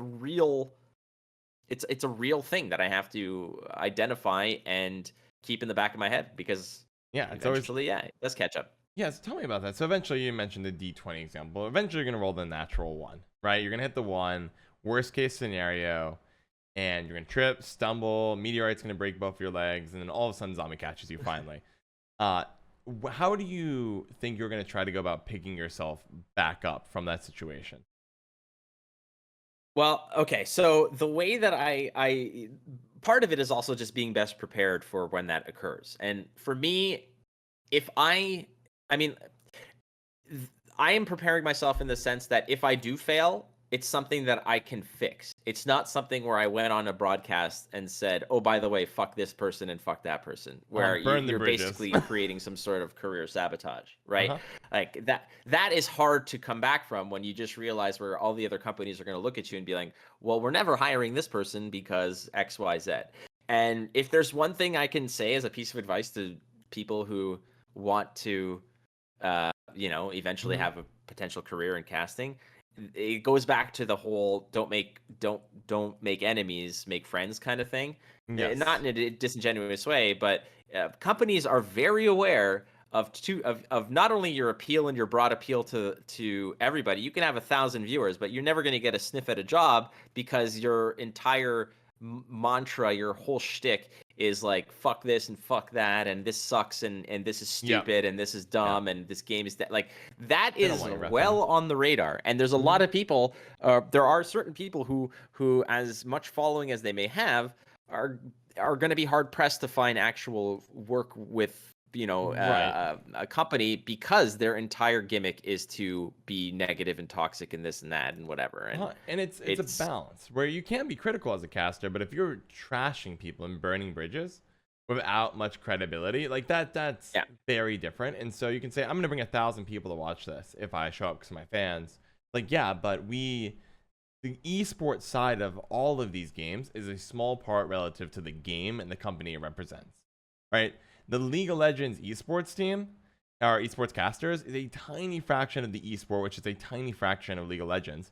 So are you gonna bring on somebody who's burning bridges, making enemies, or are you gonna bring on somebody who will make sure Riot Games or CDPR doesn't look like crap at the end of the day, where they Well, that yeah, Mhm. and that's at the end of the day, that's what it is, right? Yep. Because uh, they're hiring me. Yep. I don't have a huge Twitter Right. or sorry, YouTube, Twitch, Twitch, like yeah. YouTube, whatever. Like I don't have like I'm not blowing up numbers with that. It's not happening. I Yes. still enjoy doing it. I enjoy creating content, but they're not hiring me because all of my YouTube videos get 50,000 views. It's Mhm. far from it. If I crack 1,000 views on a YouTube video, I'm like jumping for joy.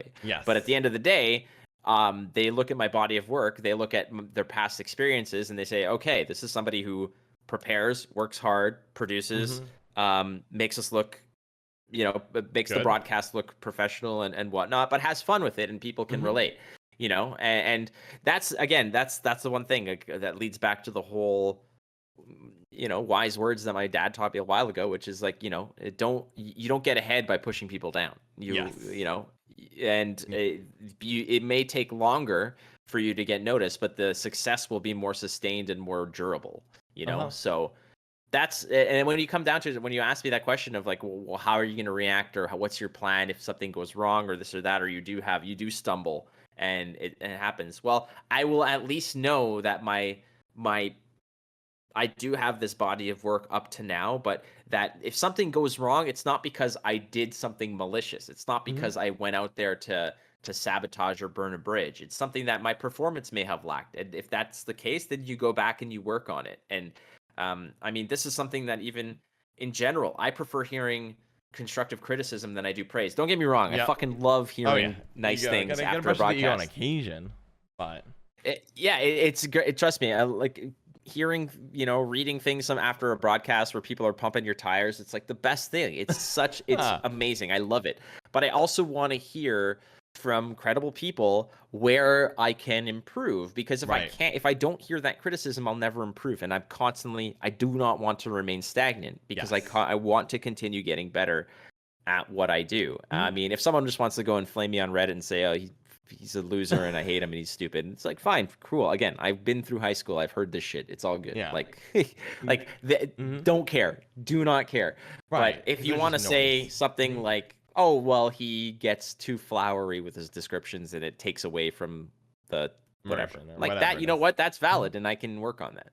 Right. I think there's a lot of truth when it comes to criticism.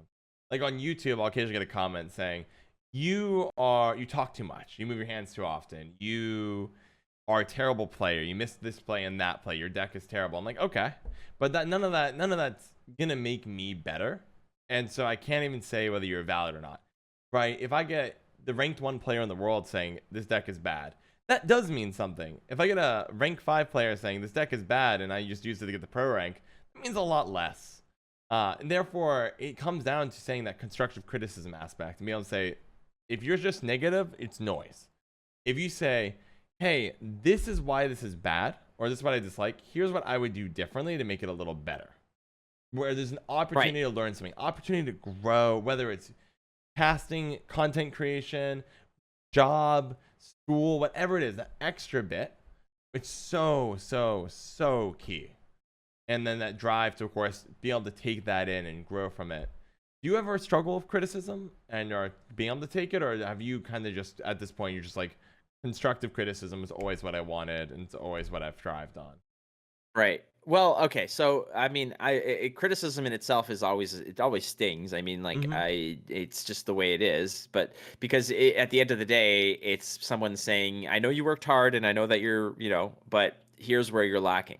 Yep. Now, like you said, there's to me, failure is merely just it's a learning moment, and Yep. that's where you can fail, but still you could still progress, Mm-hmm. because failing is not you could failing, there's still a way to progress through failure, which is, okay, if I failed at this, it's because XYZ, so now I learned where I am weak and how to improve on it, and then that is Yes. progression, and that's something you need to take out of every situation. A failure cannot necessarily be a negative experience, it can be a Uh-huh. positive experience, and that's kind of how I've taken every every ounce of Mm-hmm. of credible criticism that I receive. I take it with that through that lens of, if this goes bad or you were weak here, okay, that was a failure on my part. How do I improve now that I know where I'm weak? How do I improve on that? And that to me makes me better. Yes, I. So Mhm. yeah, Or hopping in here, I agree. I think failure is honestly almost the path to success. Where if you're not finding yourself failing at things, you probably are underestimating your limits. The only way to know when you are stretching yourself and beyond your limits is to run into a wall and fail. Right? If you're saying, "Oh, everything is peaceful and happy in this small circle," great. A large circle might also be peaceful and happy, and you have a lot more room. You won't know though until you start running out and trying to find out where the wall is. Therefore, if you haven't failed recently, like, what are you doing with your life? Failure is the way you find out where you're lacking, and then you can continue to expand and do better. I'd also say it's a faster teacher, where I think if I play like chess against a grandmaster, by the end of the game, they'll have learned nothing and I'll have learned a ton. I'll know a ton more about the gulf in between our abilities and what it means to be a grandmaster. They already know that I'm going to suck at chess and that they're going to smoke me. I'm probably going to lose, but I'm going to find out how I lost and all that. They probably played that set a million times. It'll be a first time for me. I'll learn a bunch.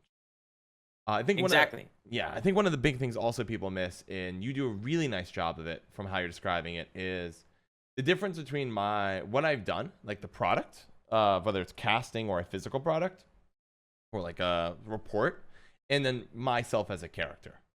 Where if I do something, let's say I pick up guitar for the first time and I play a chord, it's gonna suck. And some people have that mental problem where they go, I picked up a guitar, I suck, or like my playing sucks, therefore I suck at guitar. Where really the trick is, pick up a guitar, I played a chord, I sucked at it, but the first time anyone plays a guitar, it's gonna suck. Let's try to play it a little bit better next time. That barrier is so key to learning from failure.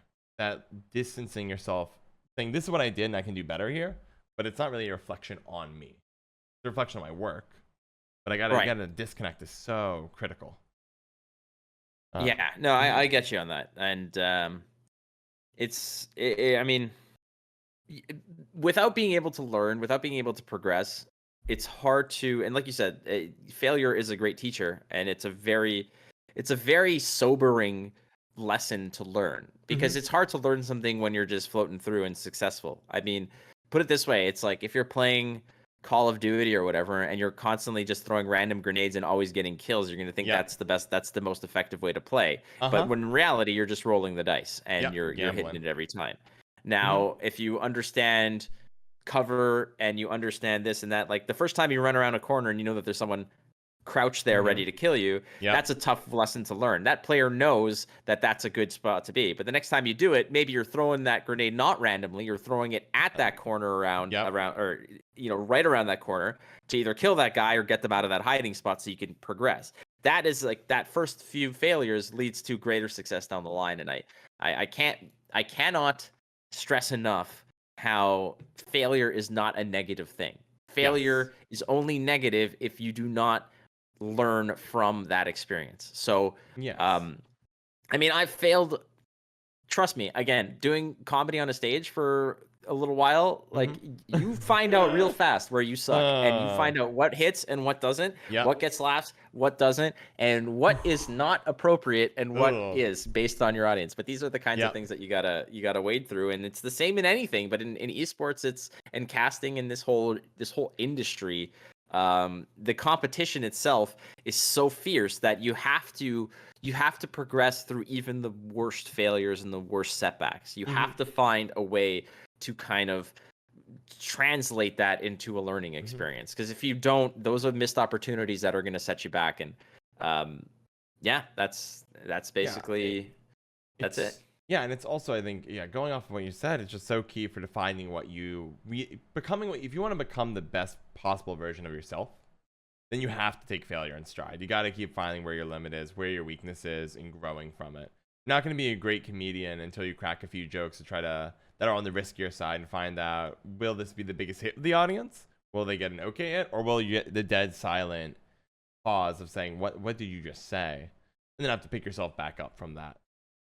What do you think are some of the harder mental challenges for you, for yourself personally, when it came to becoming a good caster and broadcaster, whether it was starting out in esports or even earlier than that?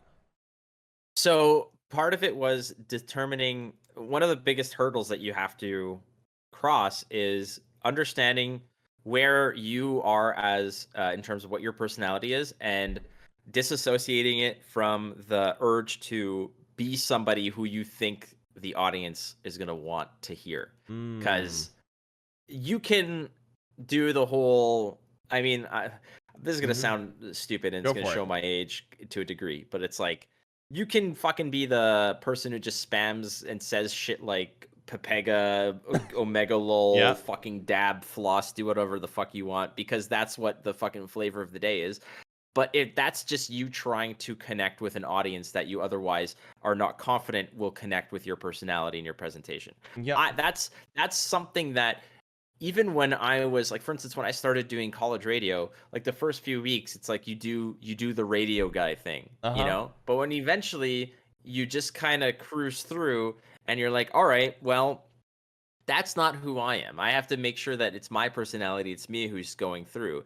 And if there's one thing I can say, is that who I am on a broadcast is pretty much, minus the fact that I can't swear on like CDPR broadcasts. Well, actually, you know what? I can swear. I don't. Like, it's just a switch that I shut off. But that person that you're seeing is the no swearing version of me that you would have anywhere else. Like, I'm going to be the same guy everywhere else. And it's that mental hurdle you have to go through, is that I'm not here to try to sell a version of myself that doesn't exist to people I'm never going to meet.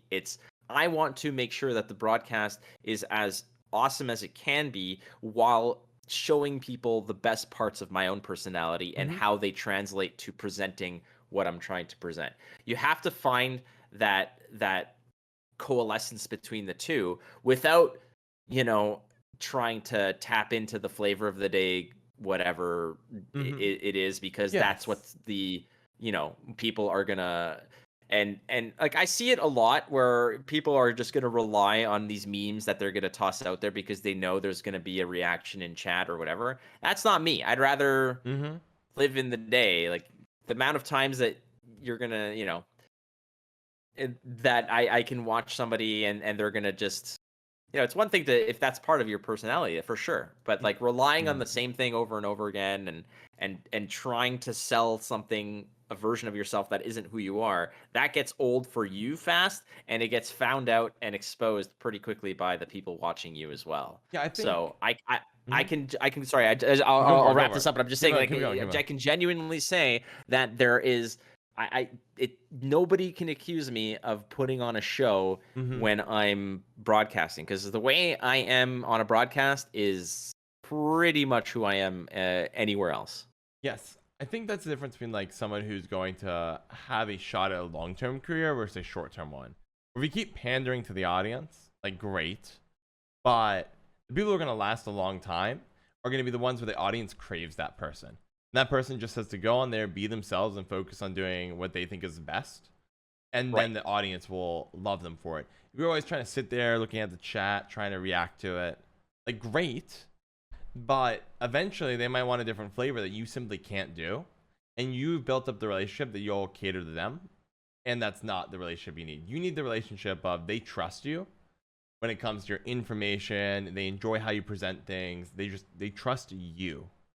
And so that when you're going up there, you're honing your craft to the best of your ability, that there, even as the memes change, the formats change, the games change, you as a caster have built up that relationship that they're going to follow you, believe in you, and enjoy what you produce. Like sometimes I just want to ask people, it's like, you know, you watch the chat, you do this and whatever, like when you're doing a broadcast, do you care more about broadcasting or do you care more about people liking you? Right? Like that's the kind of thing. Because I know that I have my fair share of people who I'm not their cup of tea, and I'm totally cool with that because I'm not here to be appealing. If I want to be appealing to everybody, I can do my best and I could probably gain a few more fans, but then I would not be who I am. I know that I rub a few people the wrong way, and that's totally cool. That's totally fucking cool, and I respect that. But when you're tailoring a broadcast because you want the most amount of people in chat to like you, you are therefore then sacrificing the quality of that broadcast. And at the end of the day, like even to just get really nitty gritty about it, you're hired to fucking do a job. And it just so happens that I adore what that job is. And that's amazing. So I'm going to put on the best broadcast and enjoy myself. And I don't fucking care if the Twitch chat is all about it or not. And I'm grateful if they are. And if they're not, then so be it. I know, like, trust me, in the 10 minutes out of any particular CDPR broadcast where I'm in the chat, because it's like there's a 30-minute delay. So at the end of it, I just lurk in the chat to watch the end of the matches as they're happening and to see the crowd reactions to big plays. But I always see the whole like, goddamn, Flake's annoying or this or that. It's like, cool. I'm like, I don't.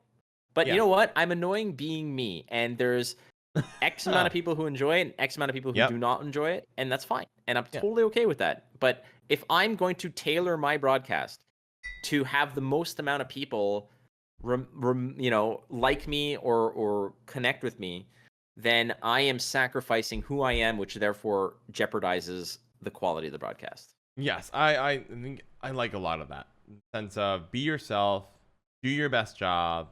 And, you know, if it turns out this particular company's broadcast doesn't want you, they want something more decisive or something that is more memey, like fine, then go into a different broadcast. But you want to find the broadcast that suits you as a person, that you can do your best performance and hopefully connect, not with everyone in the audience. No one connects with everyone in the audience. Some people, I like on League of Legends subreddits, some like broadcasters will post there, and some people are like, you're the greatest thing that's ever existed. And others are saying, you literally make me vomit when I hear you talk. Please don't cast these games. And it's like, that just is the nature of the beast. You can't please everyone. There are going to be people who are haters, and that is okay. It's their right to. And they can say, you need to literally redo everything you say and do, and you're not going to do that. Is it criticism? Is it constructive criticism in the sense you might appeal to them more? Sure. But is it you? No. You can only be yourself at the end of the day if you want to be sustainable. People burn out fast if you're not being yourself in whatever activity you're striving to achieve. So I give you a lot of respect for being able to say, look, I understand I'm going to piss off some people. It's not like an optional thing. It's not something I can do better at. It's just that I'm going to hone my craft. I'm going to be myself. Some people are going to love me. Some people are going to hate me and love other people, and it'll be fine. Respect that. Like but again, you may not like me, but you can have the opinion that you don't like my style or you don't like this or you don't like that. That's perfectly fine, and I respect that. And you're probably right on many of it but at the end of the day, that same person can't say that I haven't worked hard to have what I have, and that I don't like. Perfect. You may not like my tone of voice or the jokes I make, but motherfucker, I'm prepared. I'm good at what I do, and I've worked hard to get there. So you can't say I don't deserve it. No offense. Like I'm perfectly fine. I'm not trying to toot my own horn here, but I've paid my dues and I've done the work. And I am who I am. And if you don't like that, that's fine. But my body of work speaks for itself, and that's totally cool because I appreciate the haters. Like Mm-hmm. I'm all about it, man. Like it's all good because Yep. I'm not here to please everybody. If I was pleasing everybody, then I wouldn't be myself. And that's Yes. just the way it goes. And in many ways, yeah, it'd be weird to see any caster or personality please every single person. Why don't we go ahead and take a few questions from chat real fast? I know. Yeah, let's do it. I see. Let's see. I think things are popping here. Let's see here. Give me a moment. Actually, no, I do off the phone. Bubble Trav, can you pop in the mod channel? See, probably or it's already existing there. Let's see. They might have cheated off the last. Nope, didn't do that. Let's see. I don't actually see where they posted the questions. Hey, Bubble Chub, do you have a link? Let's see. You're a saint as always. Thank you so much. Yeah, your mod is awesome. Oh yeah. Your mod is damn good. Oh yeah. No, but every mod that has volunteered to help me out is literally just the greatest thing ever. Whether they blow my mind. Zaniac puts together these whole tournament series basically by himself. It's at this point he's just like, John, do this, this, and this. I'll take care of all the rest. Bubble Chub's a machine in the chat. Hipposus, she's incredible. And then in the Myth, it's been busy, but also super ambitious, super hard work. It's just awesome people. All right, you guys. I have so I one of my greatest mods of all time is Ellis. Okay. She was always in my channel for the longest time, and then she started dating Tailbot. So it's like, okay, well, that's there's no more time for Flake. Yeah, it's just sorry. she's an Aretusa now, dating Tailbot. It's like the whole thing. It's like, okay, I am. So I do the best I have with the awesome people that ban all the haters. But yep, yeah, it's all good. Yeah. All right. Are we ready for this? Ready for some Let's questions? So, does Flake ever feel that his? Well, let me actually read some of these first, just because we've answered a lot of them. And silly. Well, I don't mind Mimi and silly. I think you'd relish in that. Like this one is about, do you feel the threat of other streamers coming up? And I feel like we covered that really, or casters and streamers coming up. But I feel like we covered that really well. I'll like soundbite this. I'll like 30 words or less. That do I feel the what's the question specifically? Does Flake ever feel that his place as a Gwent caster and streamer may be threatened by the rise of other casters and streamers, given the relatively small and finite audience of Gwent? Yes. In short answer, yes. And the reason why is because there's great talent out there. There's a lot of passion from these people who are there. And the way that I sleep well at night with this kind of looming threat, quote unquote, I wouldn't even call it a threat because competition is good in all forms and facets. But the way that I sleep well at night is the fact that I'm constantly honing my skills in my game. So I don't feel like I'm slacking. It's the same thing with the imposter syndrome, that zombie that's constantly chasing after you. I'm just constantly working on my craft. So that pressure, that threat is always there to motivate me and to keep me running. Like honestly, if imposter syndrome's a zombie behind me, then the quality and the passion and ambition of the casting people behind me is like a grizzly bear. So like that's a little bit more of a threat and an aggressive threat that I'm always on there. All right, I like that. I like that answer. What was your area of study interest in school? Ooh, okay. So I have a degree in political science. So I was very much into international relations, foreign policy, history, from like political history, etc. That was what I graduated in. I have a very, very big appreciation and interest in science. I never pursued it academically. However, a lot of the books that I read, people would think are like boring as fuck. Like I alternate between typically some type of sports biography / autobiography to a Star Wars fiction, like a canonical Star Wars fiction, to something theoretical physics related, like interesting space-time, string theory, stuff like that. I don't always get it all for sure, but to me, being able to read that kind of stuff, like that to me is just as fantasy and just as magical as like Lord of the Rings. When you're reading about all this theoretical physical stuff, like physics stuff and such, and astrological nonsense, like it's brilliant to me. Yeah, I think I could. That's awesome. I find the quantum stuff to be the most wild, some of the most humbling and wild things that have ever existed. Like the double slit experiment is just the most scariest, weirdest thing I've ever heard of. There's such craziness. Oh, interesting fact. Go I for it. once wrote a university paper about Doctor Doom as a political figure, as a head of state, and his efficiency and his effectiveness as a totalitarian government dictator, That's awesome. and Okay. the weight of him, the pros and cons of him as a head of state, as a quote unquote enlightened despot. And I did a 30-minute presentation in front of a gigantic class of people, and I got an A on it because Boom. talking That's about a Doctor Doom as a model of enlightened despotism. that is the raddest paper I've ever heard of anyone writing. That is so sick. All right, next question. Next Yeah. question. Also, I'm gonna say it cracks me up. I was an international relations major, so we studied similar stuff. But to the next question. With the globalization of everything now, do you think city-based teams are truly the way to go, or might another avenue or format to form teams around needs are or format to form teams around for esports be better? Well, I mean, so here's the thing: is that the I understand the globalization aspect of it, but the globalization aspect of it is not something new. If you look at any other team, the team that is resides in any particular city has players signed to it from all over the world.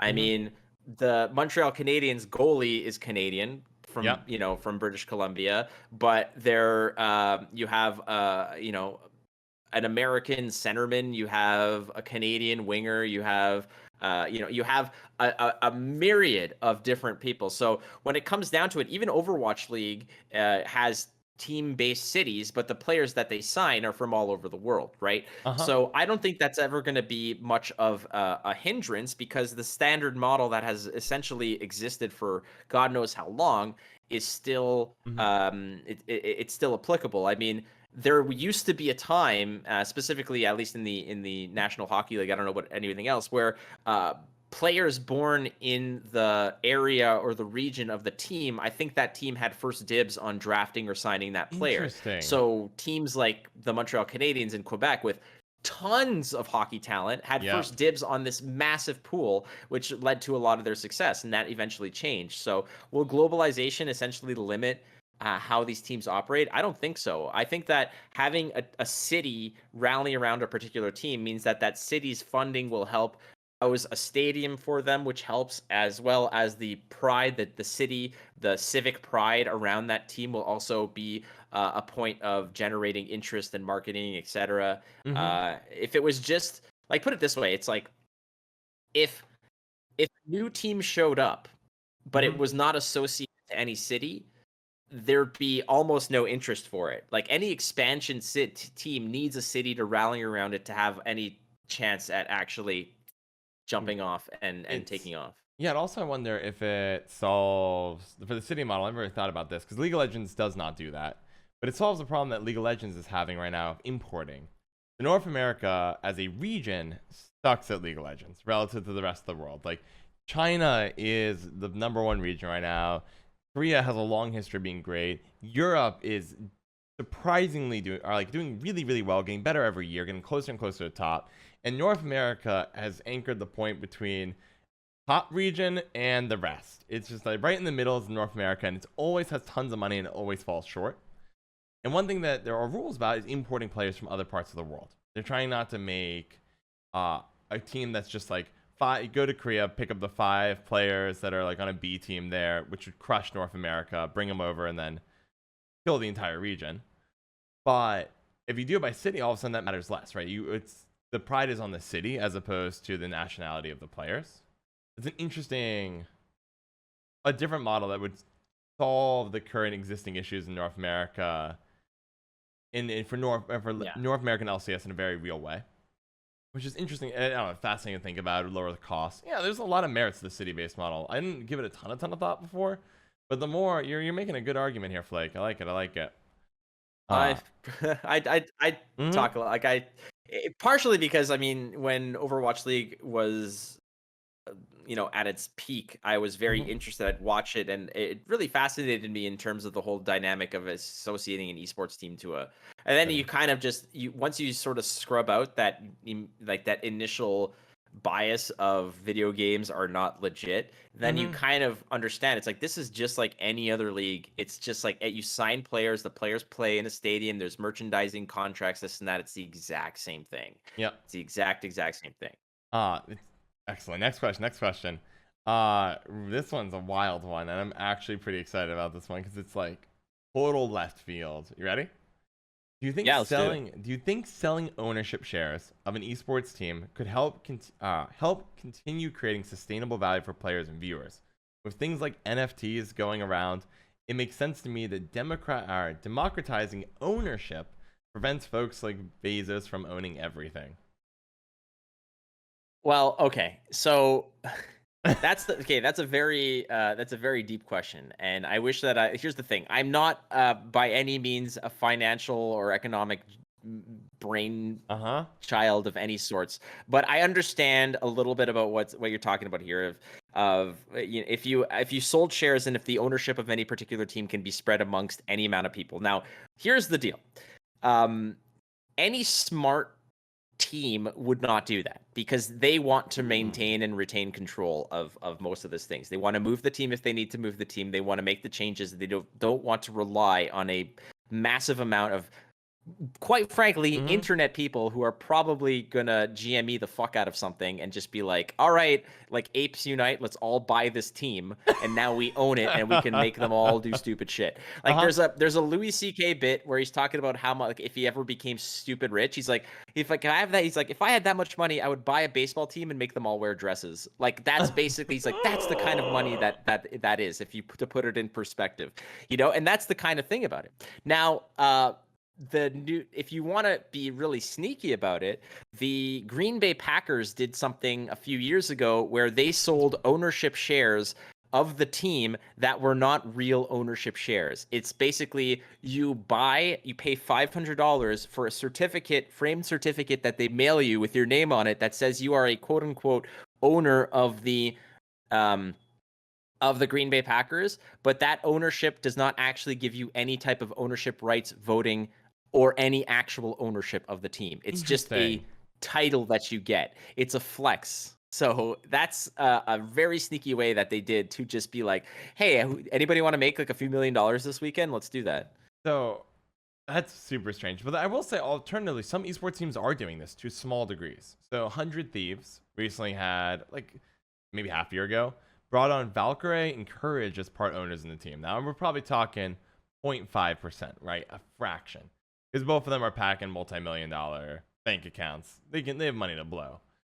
So you are seeing some esports teams bring in very specific people that have a lot of longevity to them.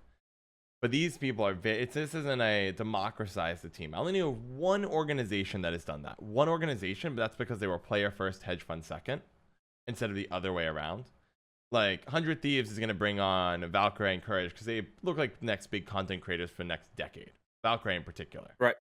But there is a team that has done it the other way, which is Evil Geniuses. They were player owned, and then they brought in a hedge fund, sold shares to the hedge fund, and to get more money to keep up with the existing organizations that were created by hedge funds, bought out by hedge funds. Right.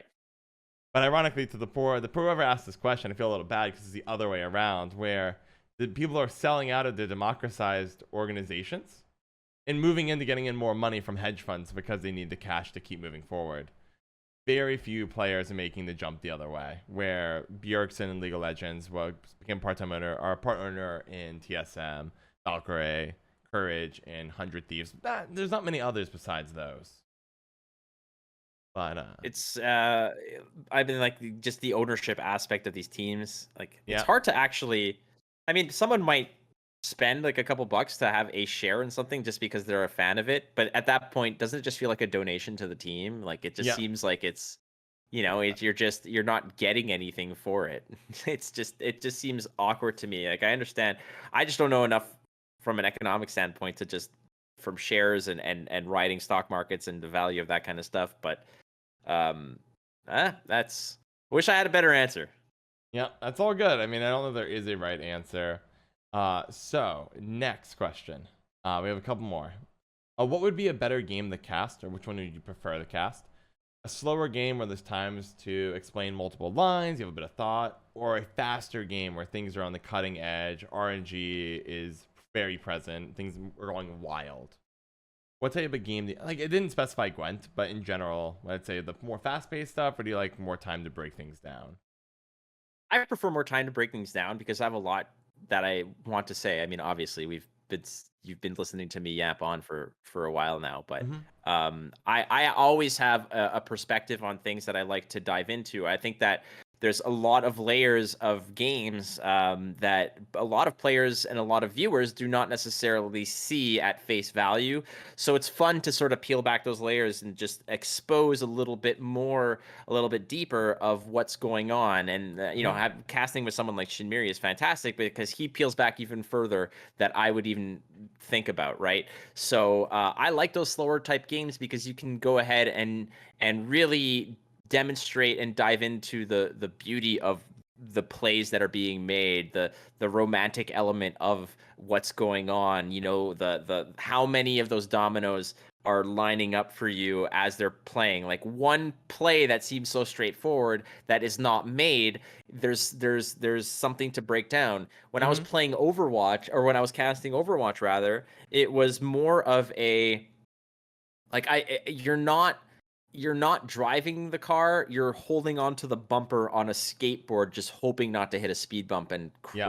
totally Watch it. fall and Hmm. yeah, so that's what that was about. And you're basically from the back, you're just kind of like, holy shit, what's going on? And this is going on. And I saw a plant and this is here and that there's a dog over there. And like, that's basically how that is.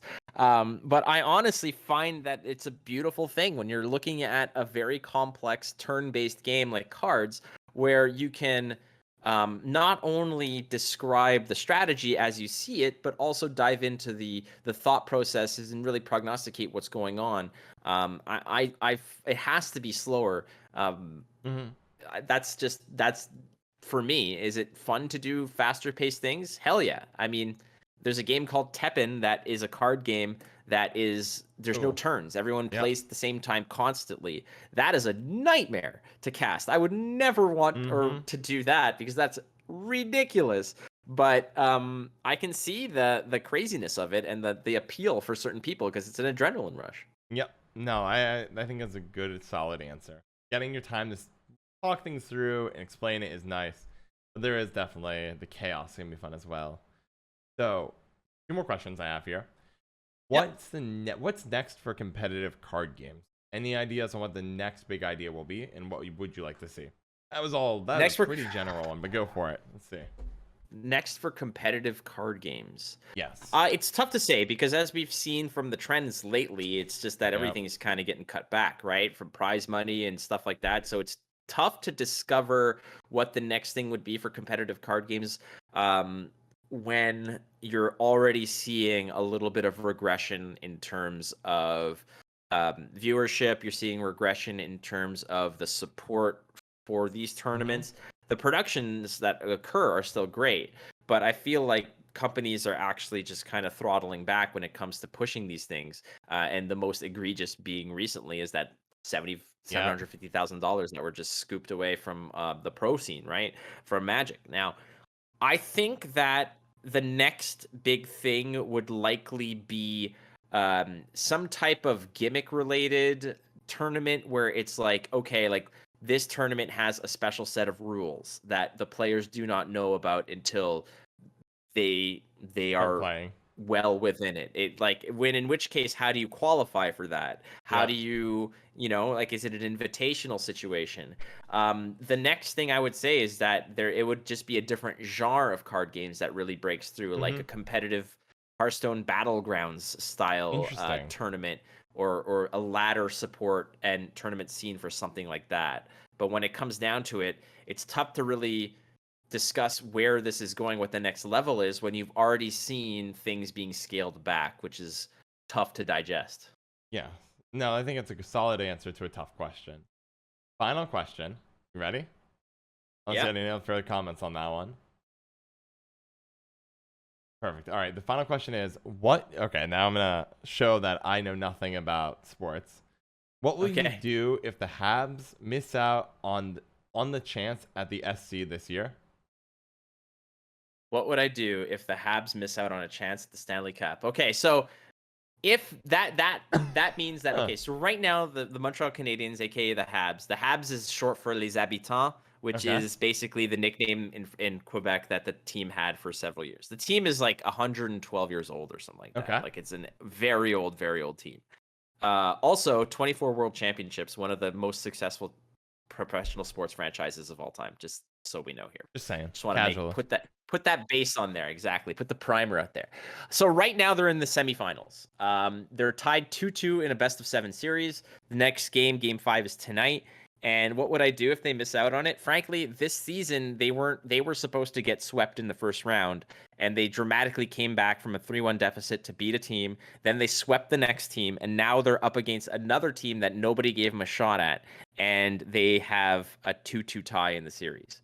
So, in all honesty, what would I do if they missed the playoffs? I would be disappointed, but I wouldn't be upset because they were supposed to A, miss the playoffs, B, get dumpstered in the first round, and everything from this point on is gravy because the team, as it has been shown right now, is looking pretty good in the future as well. So I'd be disappointed because we come so close.